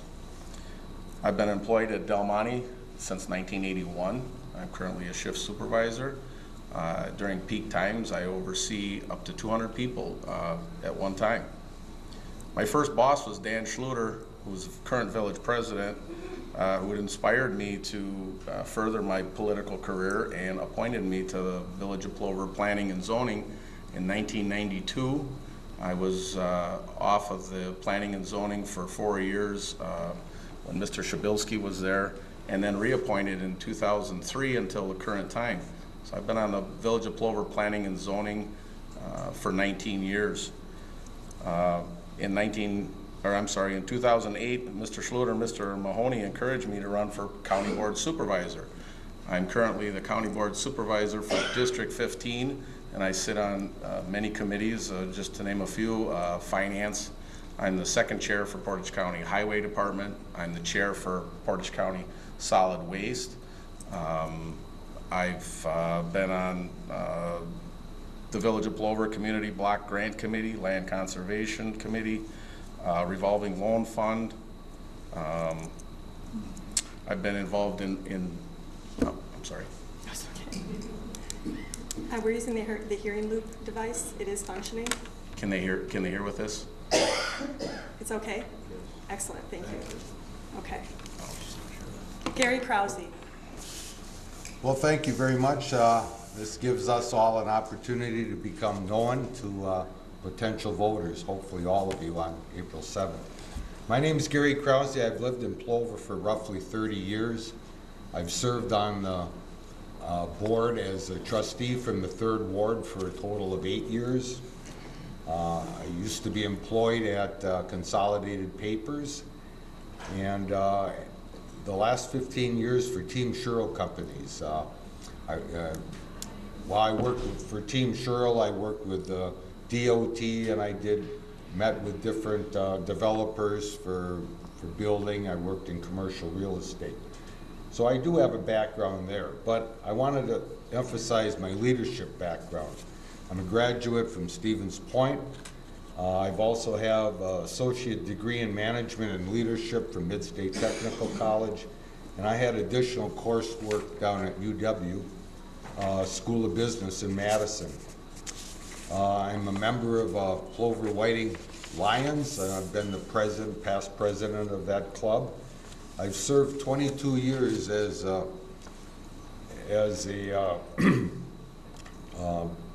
director for the Central Wisconsin Credit Union, and the past 14 years as chairman of that of our credit union.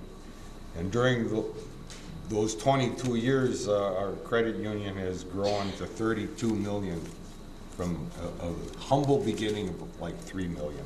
So, thank you much. First question, and we will again start with Tom Davies. Why do you want to be village president, and what is the priority policy area you will work on? I think the biggest reason I want to be on it is because I've been on the board. I've been involved with the growth for the last 14 years, and I think it's been very well defined and good growth. I think I've worked with the staff. I've worked very closely with Dan Mahoney on a lot of things, and I just think it's a natural transition to go from board member to the board president. Al Haga.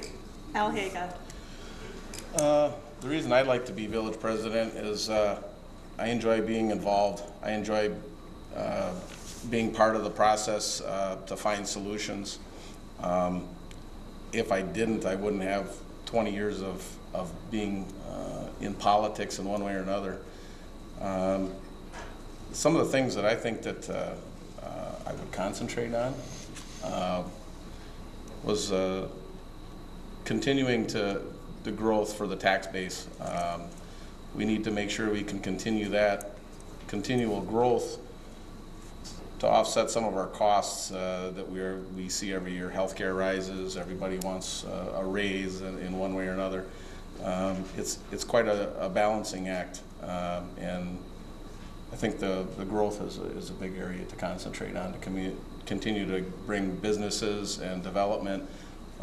Single-family housing, City of Stevens Point said that that was one of their things. Well, the Village of Plover, we've got plenty of room to grow in a lot of different directions, and we're going to continue to grow. We've got a lot of projects that are on the docket for this year. We're going to see a lot of growth and a lot of development just in 2015 alone. Thank you. Gary Krause. Well, when I was on the board, village board in Plover, I had the opportunity to serve under two different presidents, not just Dan Schluter. Meg Erler was village president, and also Kenny Shabilsky. And so I have a different perspective, possibly, than some of the other candidates here. But I feel giving back to the community is very important. I've called Plover home for the last 30 years. It's a great place to live, work, and raise a family. My goal as president of the village would be to act as a consensus builder within the board, and also working with the department heads and staff to provide open and responsive government. I think Dan's tenure as village president has shown all of us that open government, good government, is very important. I'll leave it at that. Okay. Our second question, and we will begin with Al Haga. If the state budget is passed as is, how will this affect the village of Plover? Oh boy. I met with Mrs. Snodieski, the village treasurer, a couple weeks ago, and one of the things that we're very fortunate at the village of Plover is we don't have a lot of the same problems that the city of Stevens Point does. We're in better shape because of the way it's been managed in the past by Mrs. Snodieski and the rest of the folks, Mr. Mahoney, Mr. Schluter, and the rest of the village board. They've been good stewards of the taxpayers' money up to this point. I don't believe that there is many things in there that's going to make a drastic difference to us at the Village of Plover. That's all I have. Okay. Gary Krause.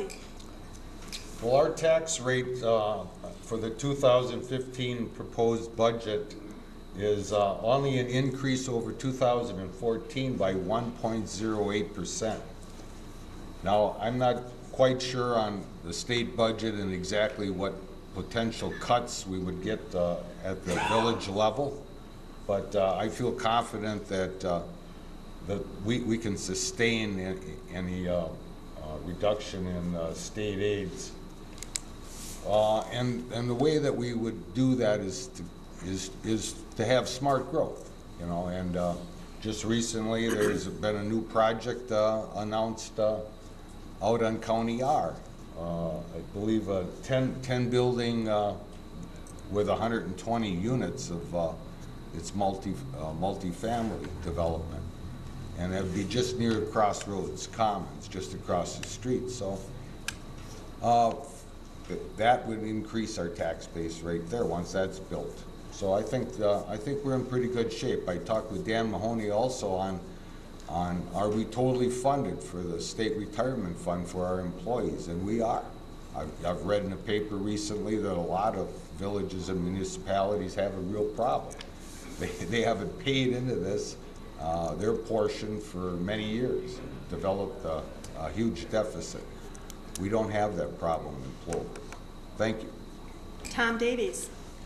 Well, I think that to some effect, we've been proactive, which I think we've always done a good job at, is being proactive rather than reactive. Last year, we did spend just a little more than $3 million on re-road construction. We've got a plan in place that takes care of our roads for the next 15 years, and then when that schedule starts, we go back over. We don't wait until they get deteriorated. We did take advantage of some state credits last year with that $3 million expenditure. So it's been wise management in our past. Our immediate past has been very good for us and set us up very well financially. Our growth has been continual when a lot of municipalities have been suffering and struggling. We have not had that. We've got a very attractive fund balance that we are asked to keep to make sure that we're financially sound in our AAA rated bonds. So we're really in quite good shape, and we can handle any rough times that are coming. Thank you. Our third question, and we will start with Gary Krause.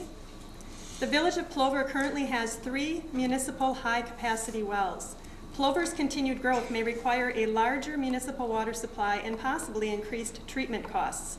How much concern do you have to maintain adequate flow in the Little Plover River?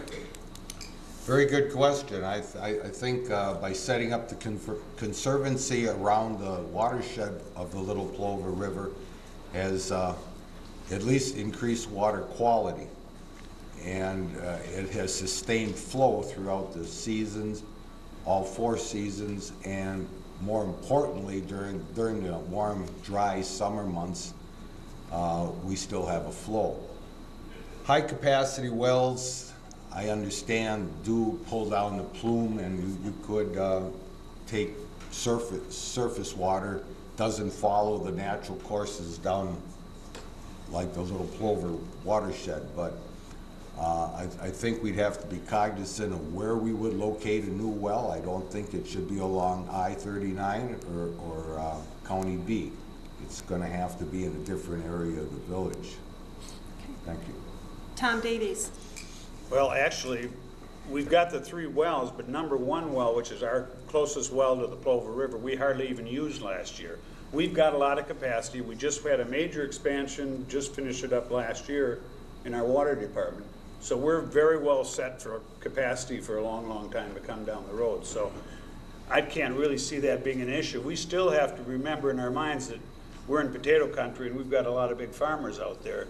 And we need to work with everybody. So it's just a matter of communications and everybody working together to get the same goals solved. So I don't see any immediate issues. Al Haga. I've been on several committees, or I should say attended several meetings with the Little Plover Work Group. I was the chairman of land preservation when we created the Little Plover River Area Conservancy, which is consists of educational walking paths and kiosks and other things for to help people understand and the hardships with the Little Plover River. As far as the water capacity, I think if we got to the point where didn't have enough water, I'd reach out to the village of Whiting, who has a surplus of water, and try and work something out with them versus trying to look at another well or any additional wells. Whiting losing the mill, they would probably welcome another large customer to help them out. So, thank you. Okay. Our next question will begin with Tom Davies. The village received stewardship funds to purchase 140 acres of protected land in 2013. As president, will you speed the process for putting in the walking trails? Certainly that whole project is a very, very large project that's coming up as part of the Conservancy. I think that'd be an absolutely beautiful spot. The other place that we're doing a lot of work is in the Pacua Park. That's got a complete master plan for the development there. We've got the master plans done. We've got them in place. We are waiting for some outside funding, so we're not using municipal funds. Those two parks are going to be beautiful, beautiful facilities in the area, and I think a big draw. The Conservancy, again, was done with DNR and a lot of extra money besides, it hasn't even really involved the village that much for money-wise. So, yeah, I think we're going to want to put it on a relatively fast pace because it's just going to be a very nice feature to get it done. Thank you. Al Haga. As I said before, I was on the land preservation when we created that, but I'm also on the co-chair for the Portage County Highway Committee, and when we approved the future development on there is a bike path and there's a pedestrian walkway that will loop the trails together for the Little Plover Area Conservancy. It'll get down to Crossroads Commons, and in the future long range there's also that bypasses to have a pedestrian walkway over the top of it as well, to link the other side of the highway with the development of Crossroads Commons and the business park, Portage County Business Park. I believe there's a lot more potential there with moving that along a little quicker. There's a study going on right now with the I-39 corridor and Highway B. That intersection is bad. If you hit that at the wrong time of the day, it'll back traffic up onto I-39. It's very dangerous. When the DOT does come forward with a final plan that could encompass some additional bridges or overpasses in that area, one of the things that I had talked to Mr. Mahoney about was the fact of working in conjunction with the DOT. There is a water feature in that park, or Conservancy, I'm sorry, and we would be able to work with the DOT to have them take the sand or remove the sand and save a lot of costs. Thank you. Gary Krause. And the question was, when would paths be built? Could you read it again? Well, I'll read the whole thing. The village received stewardship funds to purchase 140 acres of protected land in 2013. As president, will you speed the process for putting in the walking trails? I suppose if the money is there, that's always the catch. But, you know, we'd have to prioritize it and hopefully maybe look for additional state or county funding, because it really does actually flow out of our jurisdiction even, I believe. So anyway, as Tom pointed out too, though, I'm real involved in the Lake Pacua with the Rettler plan that has been developed here recently.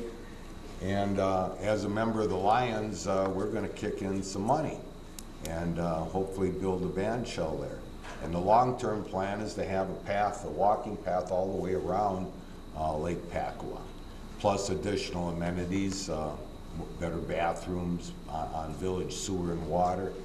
So I know that we want to spend some money there too. So it all depends on how the board would, or a special committee would prioritize what we want to do at what time frame. So, thank you. Thank you. We're going to move into closing statements now. Closing statements will be 1.5 minutes. We will start with Gary Krause. Well, I just wanted to say that, again, thanks to the League of Women Voters here for having us candidates speak to you today. Don't forget to get out and vote on April 7th. And if you'd be so kind, I'd appreciate your vote. I think I can bring leadership qualities to the position of president of the Village Board of Plover. I have leadership abilities.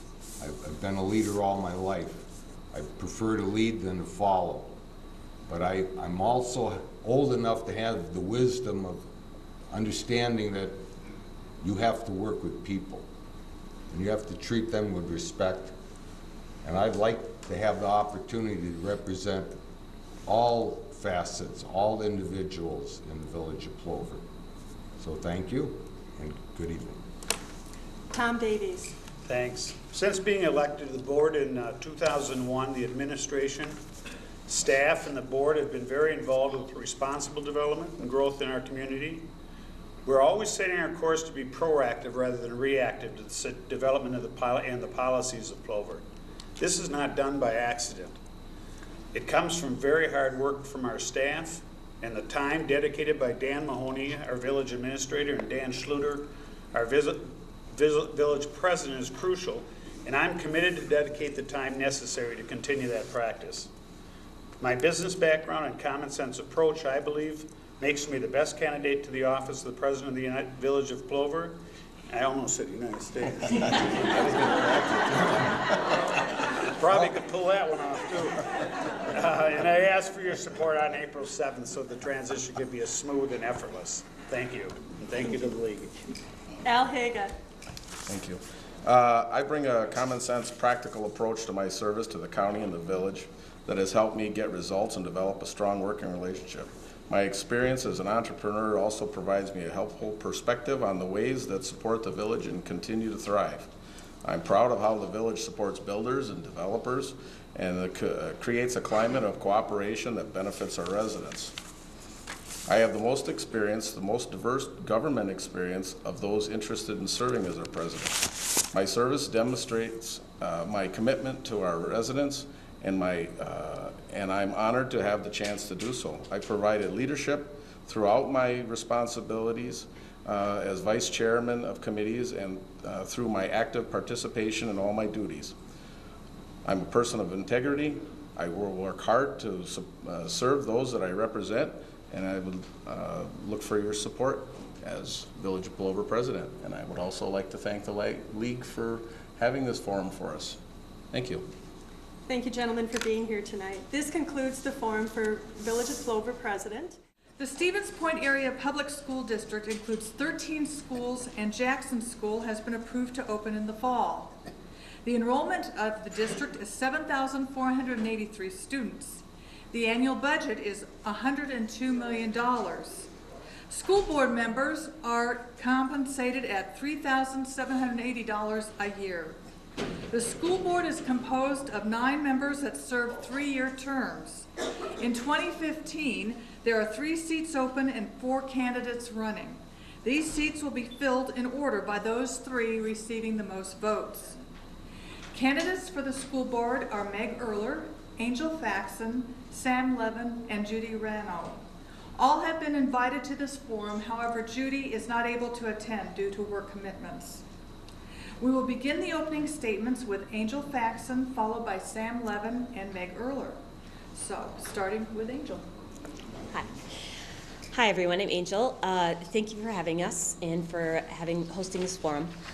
I didn't think through a lot what I would say as introduction. I have been serving on the school board for 3 years. The second year I served, I was the vice president. This past year I've served as president. I do not pretend that the school board is anything but a pretty complex machine that has a lot of controversy behind it. It's a rough job. It has not been what I've expected, but I have been very grateful for the opportunity. I'm very passionate about public education to the point where I find myself asking complete strangers in different towns, how do you feel about your public school system? And what works for you guys and what doesn't work for you guys? I'm much more passionate about it than I ever knew. I have 8 children, 5 of who are currently in the system. The other 3 have graduated from SPASH. I have another graduate this year. I appreciate the opportunity to serve my community this way. It is not what I expected to do necessarily with my adult life, but I'm very grateful. I love it. I enjoy the challenge, and I enjoy every minute I'm on. Thank you. Sam Levin. Good evening. Thanks to you, League of Women Voters, for having this forum. It's good to see somebody who's interested in education still in this, during this election, because I sure haven't seen much of it lately. My name's Sam Levin. I'm running for school board.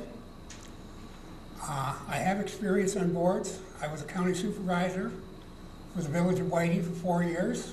I was also a trustee for the Village of Whiting for over 2 years. I've sat on many committees. I've chaired several committees. Portage County Housing Authority, Aging and Disability Resource Center, the Portage County Healthcare Center. I've sat on several committees in Whiting. I've also sat on 2 committees for the school district. Quite a while ago, I was on the legislation committee and also the curriculum committee.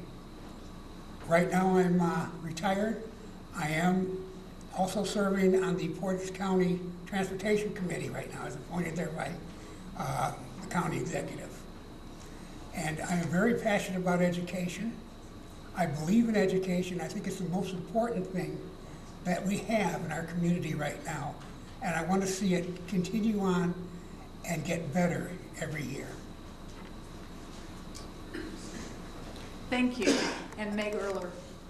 I'm Meg Erler. I have been in the city of Stevens Point, or Village of Plover, for 27 years. My husband and I moved up here, have raised our family. We have 4 children. Our youngest will be graduating from SPASH this year. And I'm still beaming because he was a member of the basketball team that just won the Division I championship. And I can't get beyond that, but anyway. So I was appointed a member of the school board in August of 2014 to serve out the term of Renee Shively, who had resigned from the board. My grandmother always said that actions speak louder than words. And I believe that I, since August, have through my actions demonstrated to the community my commitment to improving the functioning of our school board and improving and bettering our schools. Major accomplishments, I believe I've been instrumental in focusing the board on the work of the board, supporting the Life Skills Center, which was an incredible success for our district and for our students. We are opening the Point of Discovery Charter School.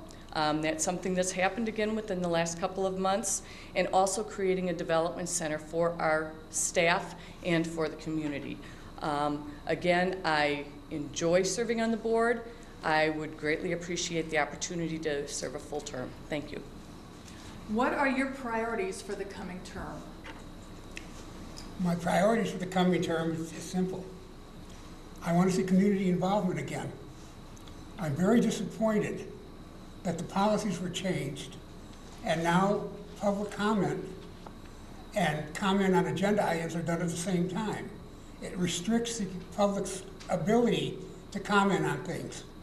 If you have 2 or 3 different agenda items you want to comment on, you can't do it in the time allotted. I want to see more business done in open session. It's time we start talking, instead of just talking about the transparency, it's time we start doing it. There's a lot of stuff that has to be done in closed session. but there's a lot that can be done at Open. And I want to see education move forward. I want to see partnerships with local businesses, with the Mid-State, with the UW, and also partnerships with other school districts around us. Years ago, I said, when they decided to cut, we'll get into that later. Okay, thank you. Next, we'll go to Meg Erler with that question. Okay. My focus, I believe, is the focus of what the board's work is. It's putting together a budget. I mean, that is huge, and we'll be beginning to do that very soon. The second thing is focusing on our consolidated long-range task force report. That's something that we as a board have not been able to put the time into that I think many of us would have liked to. We're going to begin after the elections touring each of the schools and facilities to get a look of it exactly what's being proposed with that long-range task force. So that's very important. We're going to be working with a new superintendent, a new principal at our high school. So we've got some substantive changes that the board will need to work with. We need to work and focus on the constant significant changes coming out of Madison, because there's something new happening every day down there, and we need to be on top of that, and we need to be focused on lobbying down there and getting our voice heard about the importance of public education. We need to restore trust between the board and the community, because that is something that has been an issue in our community, and we also need to restore trust between the board and our school district staff. So those would be the priorities that I would be focusing on in the immediate beginning of my term. Thank you. Thank you. We will move to Angel Faxon. Thank you. What I'll do is I'll give you the board priorities for right now, and then I'll tell you how I feel about them. The first one, of course, is hiring a superintendent. Monday night, the 30th, that's going to be coming to its head. Amen and amen. We need to settle the contracts with our unions, and we need to get a pay plan in place. And it needs to be solid, and it needs to be attainable. It needs to be something completely tangible that each person knows exactly what's expected of them and exactly what they need to do to continue to move forward in our district. The Consolidated Task Force, it's an amazing piece of work that's been put together by our community for the most part, and we need to systematically start looking at that, deciding where to go. As Meg mentioned, we are going to start touring all of the facilities and looking at all the suggestions, seeing what we need to prioritize. I personally will initially begin focusing more on legislation.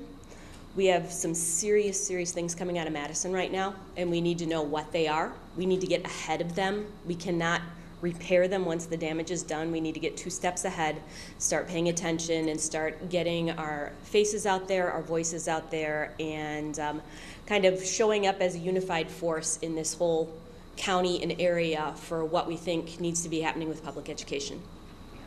What qualities do you want in a new superintendent? And we will start with Meg Erler with that question. Qualities of a new superintendent. I want, education is a people business. It is our staff, it is our parents, it is our community, it is our students. I want a superintendent who will be out and about, who people will get to know, who people will trust. I want a superintendent who understands what the broad role of a superintendent is and all the intricacies of it. Clearly someone who understands education, but also someone who's comfortable lobbying our legislators and who is comfortable working with superintendents across the state to bring action as needs to be brought for our school district. I want a superintendent who is a detail person because you need that. You need someone who's going to hire the right people, allow them to do their jobs, and support them when they need the support. So that's the qualities that I'm looking at in a superintendent. Okay, thank you. Angel Faxon. What I would like in a superintendent, my primary if I could pick one, would be integrity. I want someone that we can trust completely to make the right decisions for our school district. The job of the role of the superintendent is not what I thought it was when I originally ran for the school board. They have to have a much bigger picture view. They need to understand how every decision they make affects everything that happens. We have a lot of schools, we have students, we have staff, we have teachers, we have retirees. We have so many stakeholder groups. We have taxpayers that have never had children in the school district. They all have to be, their role all has to be looked at equally. And being given weight, they need to be given equal respect and equal voice. They have to be able to see the big picture. It can't be someone who's only focused on one thing. At the same time, it has to be someone who understands the budgets, understands how critical it is to keep a budget balanced, and an educational leader. And that's what we're hiring. We're hiring an educational leader, someone who is excited about education and where is this nation going? Where are we going as a district? What's next? You have to be thinking 2 steps ahead when you're the superintendent because you're the head. So that's what I'm looking for, integrity and a visionary. Thank you. And Sam Levin. What I want to see in a superintendent is someone who's engaging, someone who not only does the job that they're supposed to do and goes ahead and takes care of the policies that are set by the school board, but they hire the people and trust those hires to go ahead and take care of the actions in their departments and then report back to them. I want a superintendent who's not afraid to go out and sit down with the employees. Act 10 doesn't mean you can't talk to your employees. Who knows better what's going on in their area than the employees and the students? It sure isn't the management at Bliss. It's the people that are right there on the front lines. Sit down, talk with your employees, listen to what they've got to say, work together, and there'll be a respect between the two of them. And that's going to move this district forward. And that's what the board has to do. They have to hire someone who will go ahead and further the board policies and not overstep their bounds, but go ahead and engage everyone and bring a better education to this area. Okay, thank you. Our third question relates to the Consolidated Task Force report, which has already been mentioned. And as you said, it's complete. So the question is, in your opinion, what are the best proposals? And we'll start with Angel Faxon. Let me start by saying, I'll be honest, my opinion is pretty irrelevant. This represents a community, and this represents what the community wants and what's best for the education of our students. So my opinion can come in a lot of facets. It can come as the school board president, it can come as a parent. It doesn't matter unless there are a whole lot of people supporting what my opinion is, because we're a community and we're doing this together.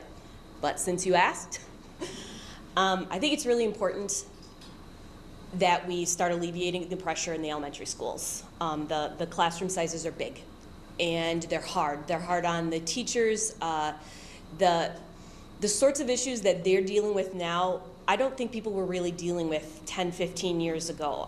Before I was on the board, I was a special educational assistant, and I was typically hired to be one-on-one with a student. And it would be a student who was having a really hard time. Before I got in that classroom teacher was dealing with the issues of that student and educating all the other students. And it's a big deal. The numbers have to be low for them to do it well. There are so many things that have come out of the state right now that are required in terms of testing. We have to get the numbers to a reasonable level. So alleviating the stress at the elementary schools, I would say, would be the #1 thing I'd like to see happen. Thank you. Sam Levin. I'm glad to see this task force finally coming to a head. It was, I don't remember, it was 15 or 18 years ago when we first started talking about classroom size and redistricting and realignment, and finally we're getting there. It's about time. I think what we need to do is we've got to sit down, we've got to look at all the facets, and we've got to take a look at the facilities. And we have to do what's best for education.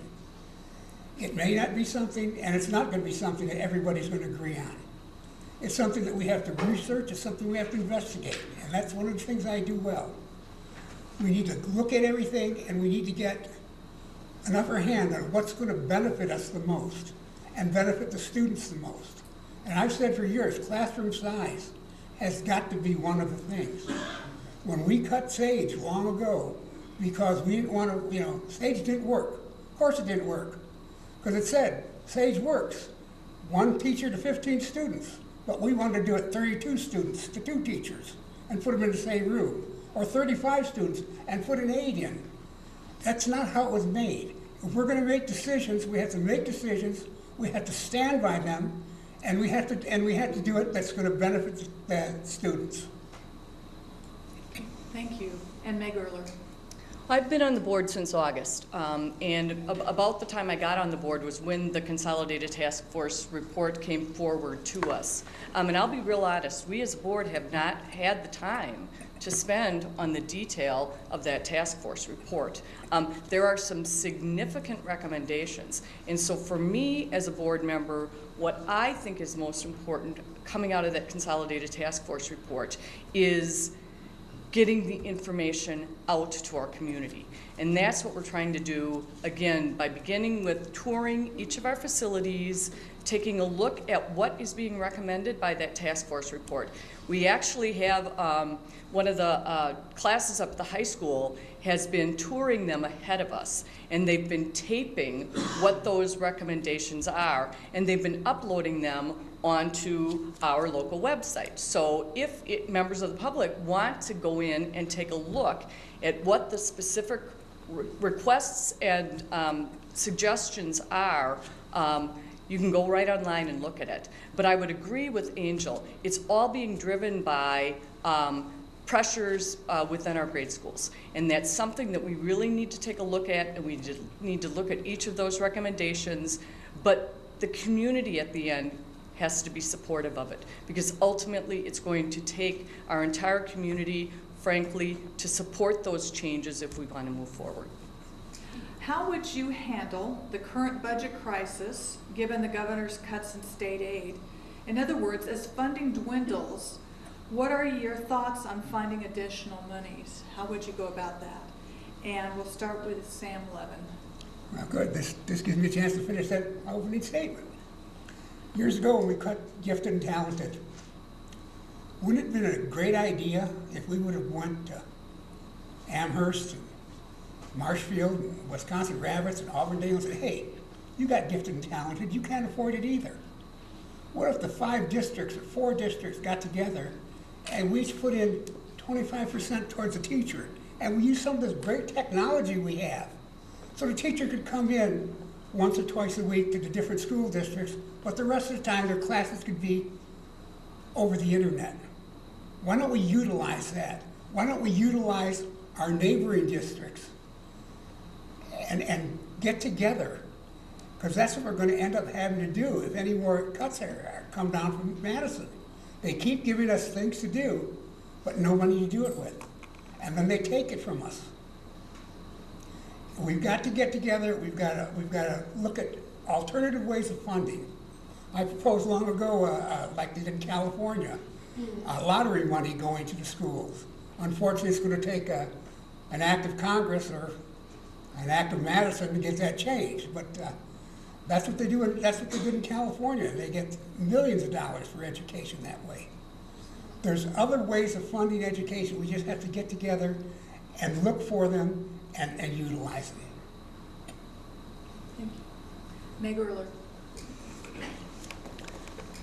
I think it's very important that we, as a school board and we as a district, focus from the beginning and always on our mission, which is to prepare every student to be successful. Right now, the funding mechanism is broken. I mean, it's broken at the state level. There ceilings, there is not the ability for our district to, frankly, create additional revenue absent referendum.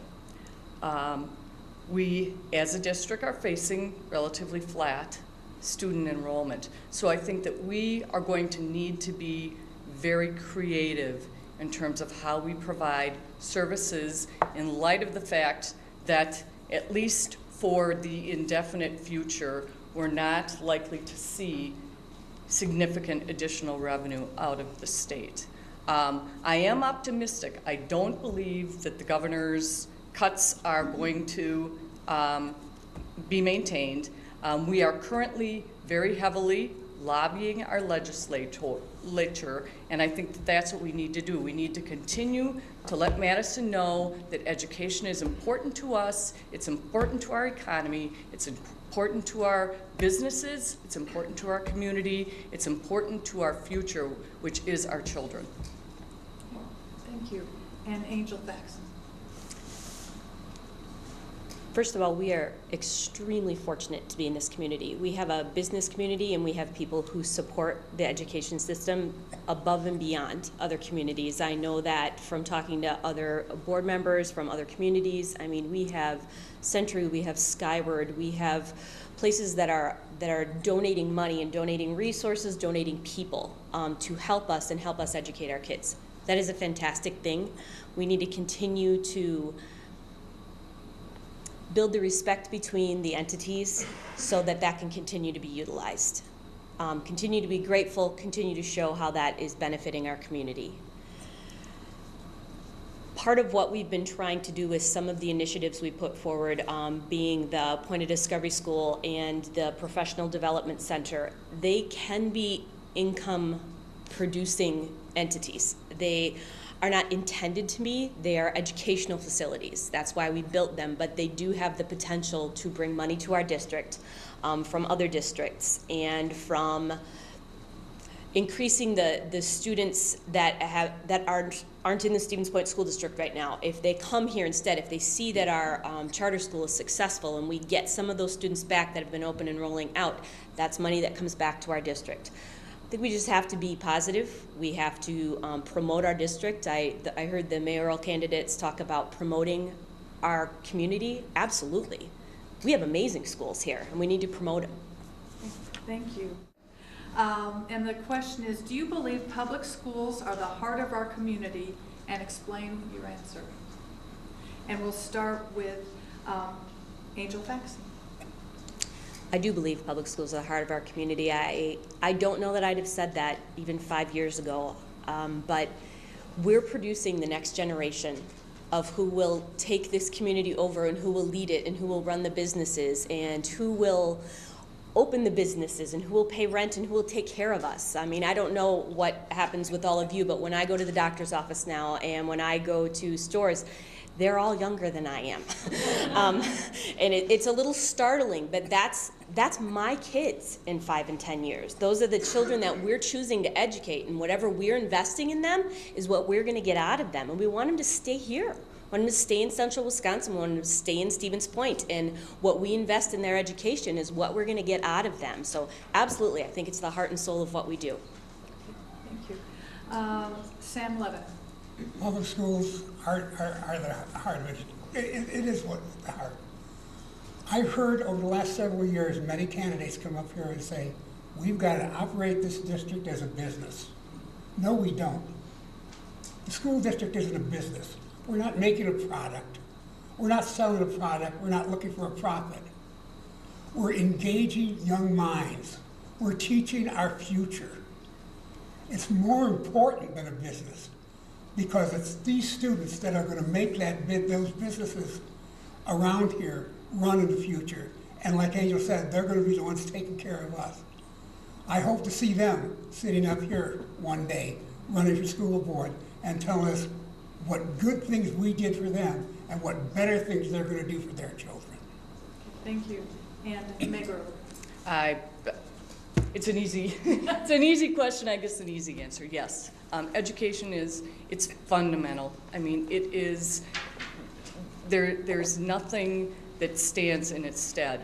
And we as a community, we as a state, we have got to continue to pursue allowing equal quality access to education for all of our students. And again, I go back to the mission of our district, which is to prepare every student to be successful. And that's every student to be successful in the way that student can be successful, and to ultimately provide support to our community in the way that that student is able to do so. So it is fundamental, and that's why I'm running for the school board, because I would like to do what I could do to support that. Thank you. Now is the candidate's opportunity to make a closing statement and possibly address issues that were not covered in the questions. Each candidate will have 1.5 minutes, and we'll start with Sam Levin. Thank you. Once again, I'd like to thank the board, and I'd like to thank everybody for coming out here. This is very important. I do want to say that I believe that education is one of the most important things that we can do, and our children, our future, are the most important thing right now. We have to go ahead and we have to teach them, and we have to teach them with the limited amount of money that we have, unfortunately. I want to see an education going forward in Stevens Point where we have children that are engaged, we have young adults that are engaged, that are learning, and that are learning on a global perspective. I want to see a board. I'd love to see 9 different ideas come into that boardroom. And at the end of the day, when there's only one idea, I want to see us move forward as one voice towards that decision.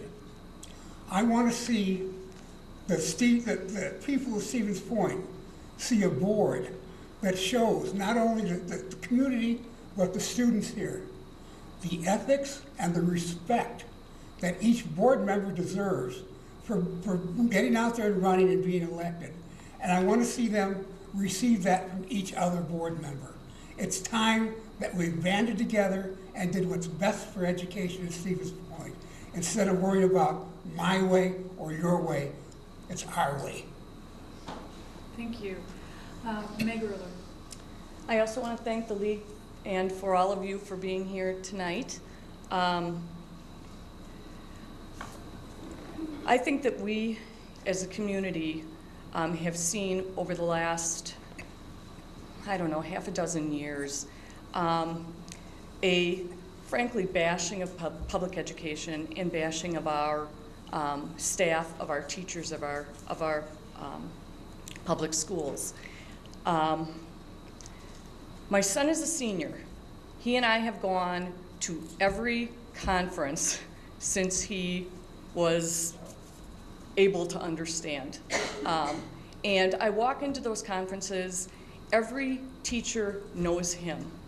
They care about him, they support him, they push him, they honor his successes, they give him a hard time about his failures. The library will close at 8 o'clock this evening. And if you have materials you wish to borrow, please take them to the checkout desk on the main floor now. The library will close at 8 o'clock. Thanks for visiting the Portage County Public Library. I want us to get back to that place where we honor our public schools, where we honor our staff, where we honor the work that they're doing, because ultimately, as we all said in the last answer, this is fundamental to our community. Our businesses say it, our mayoral candidates say it. It's something that I think I can make a positive difference with, and I would appreciate your vote on the 7th. Thank you. Thank you. And Angel Faxon. I think most of you know that being on the school board is not a role where you're there to make everyone happy. It's not possible. And if it is possible, please give me a call, because I have not succeeded in that, and that's okay. I am good with that.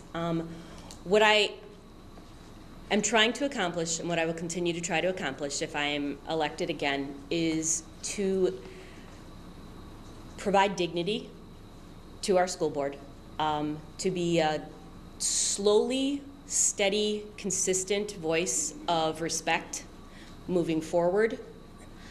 I can't fix it all. It's not going to happen quickly, but We can show up at every meeting. We can treat each other with respect. We can try again the next time if it falls apart. It very well may.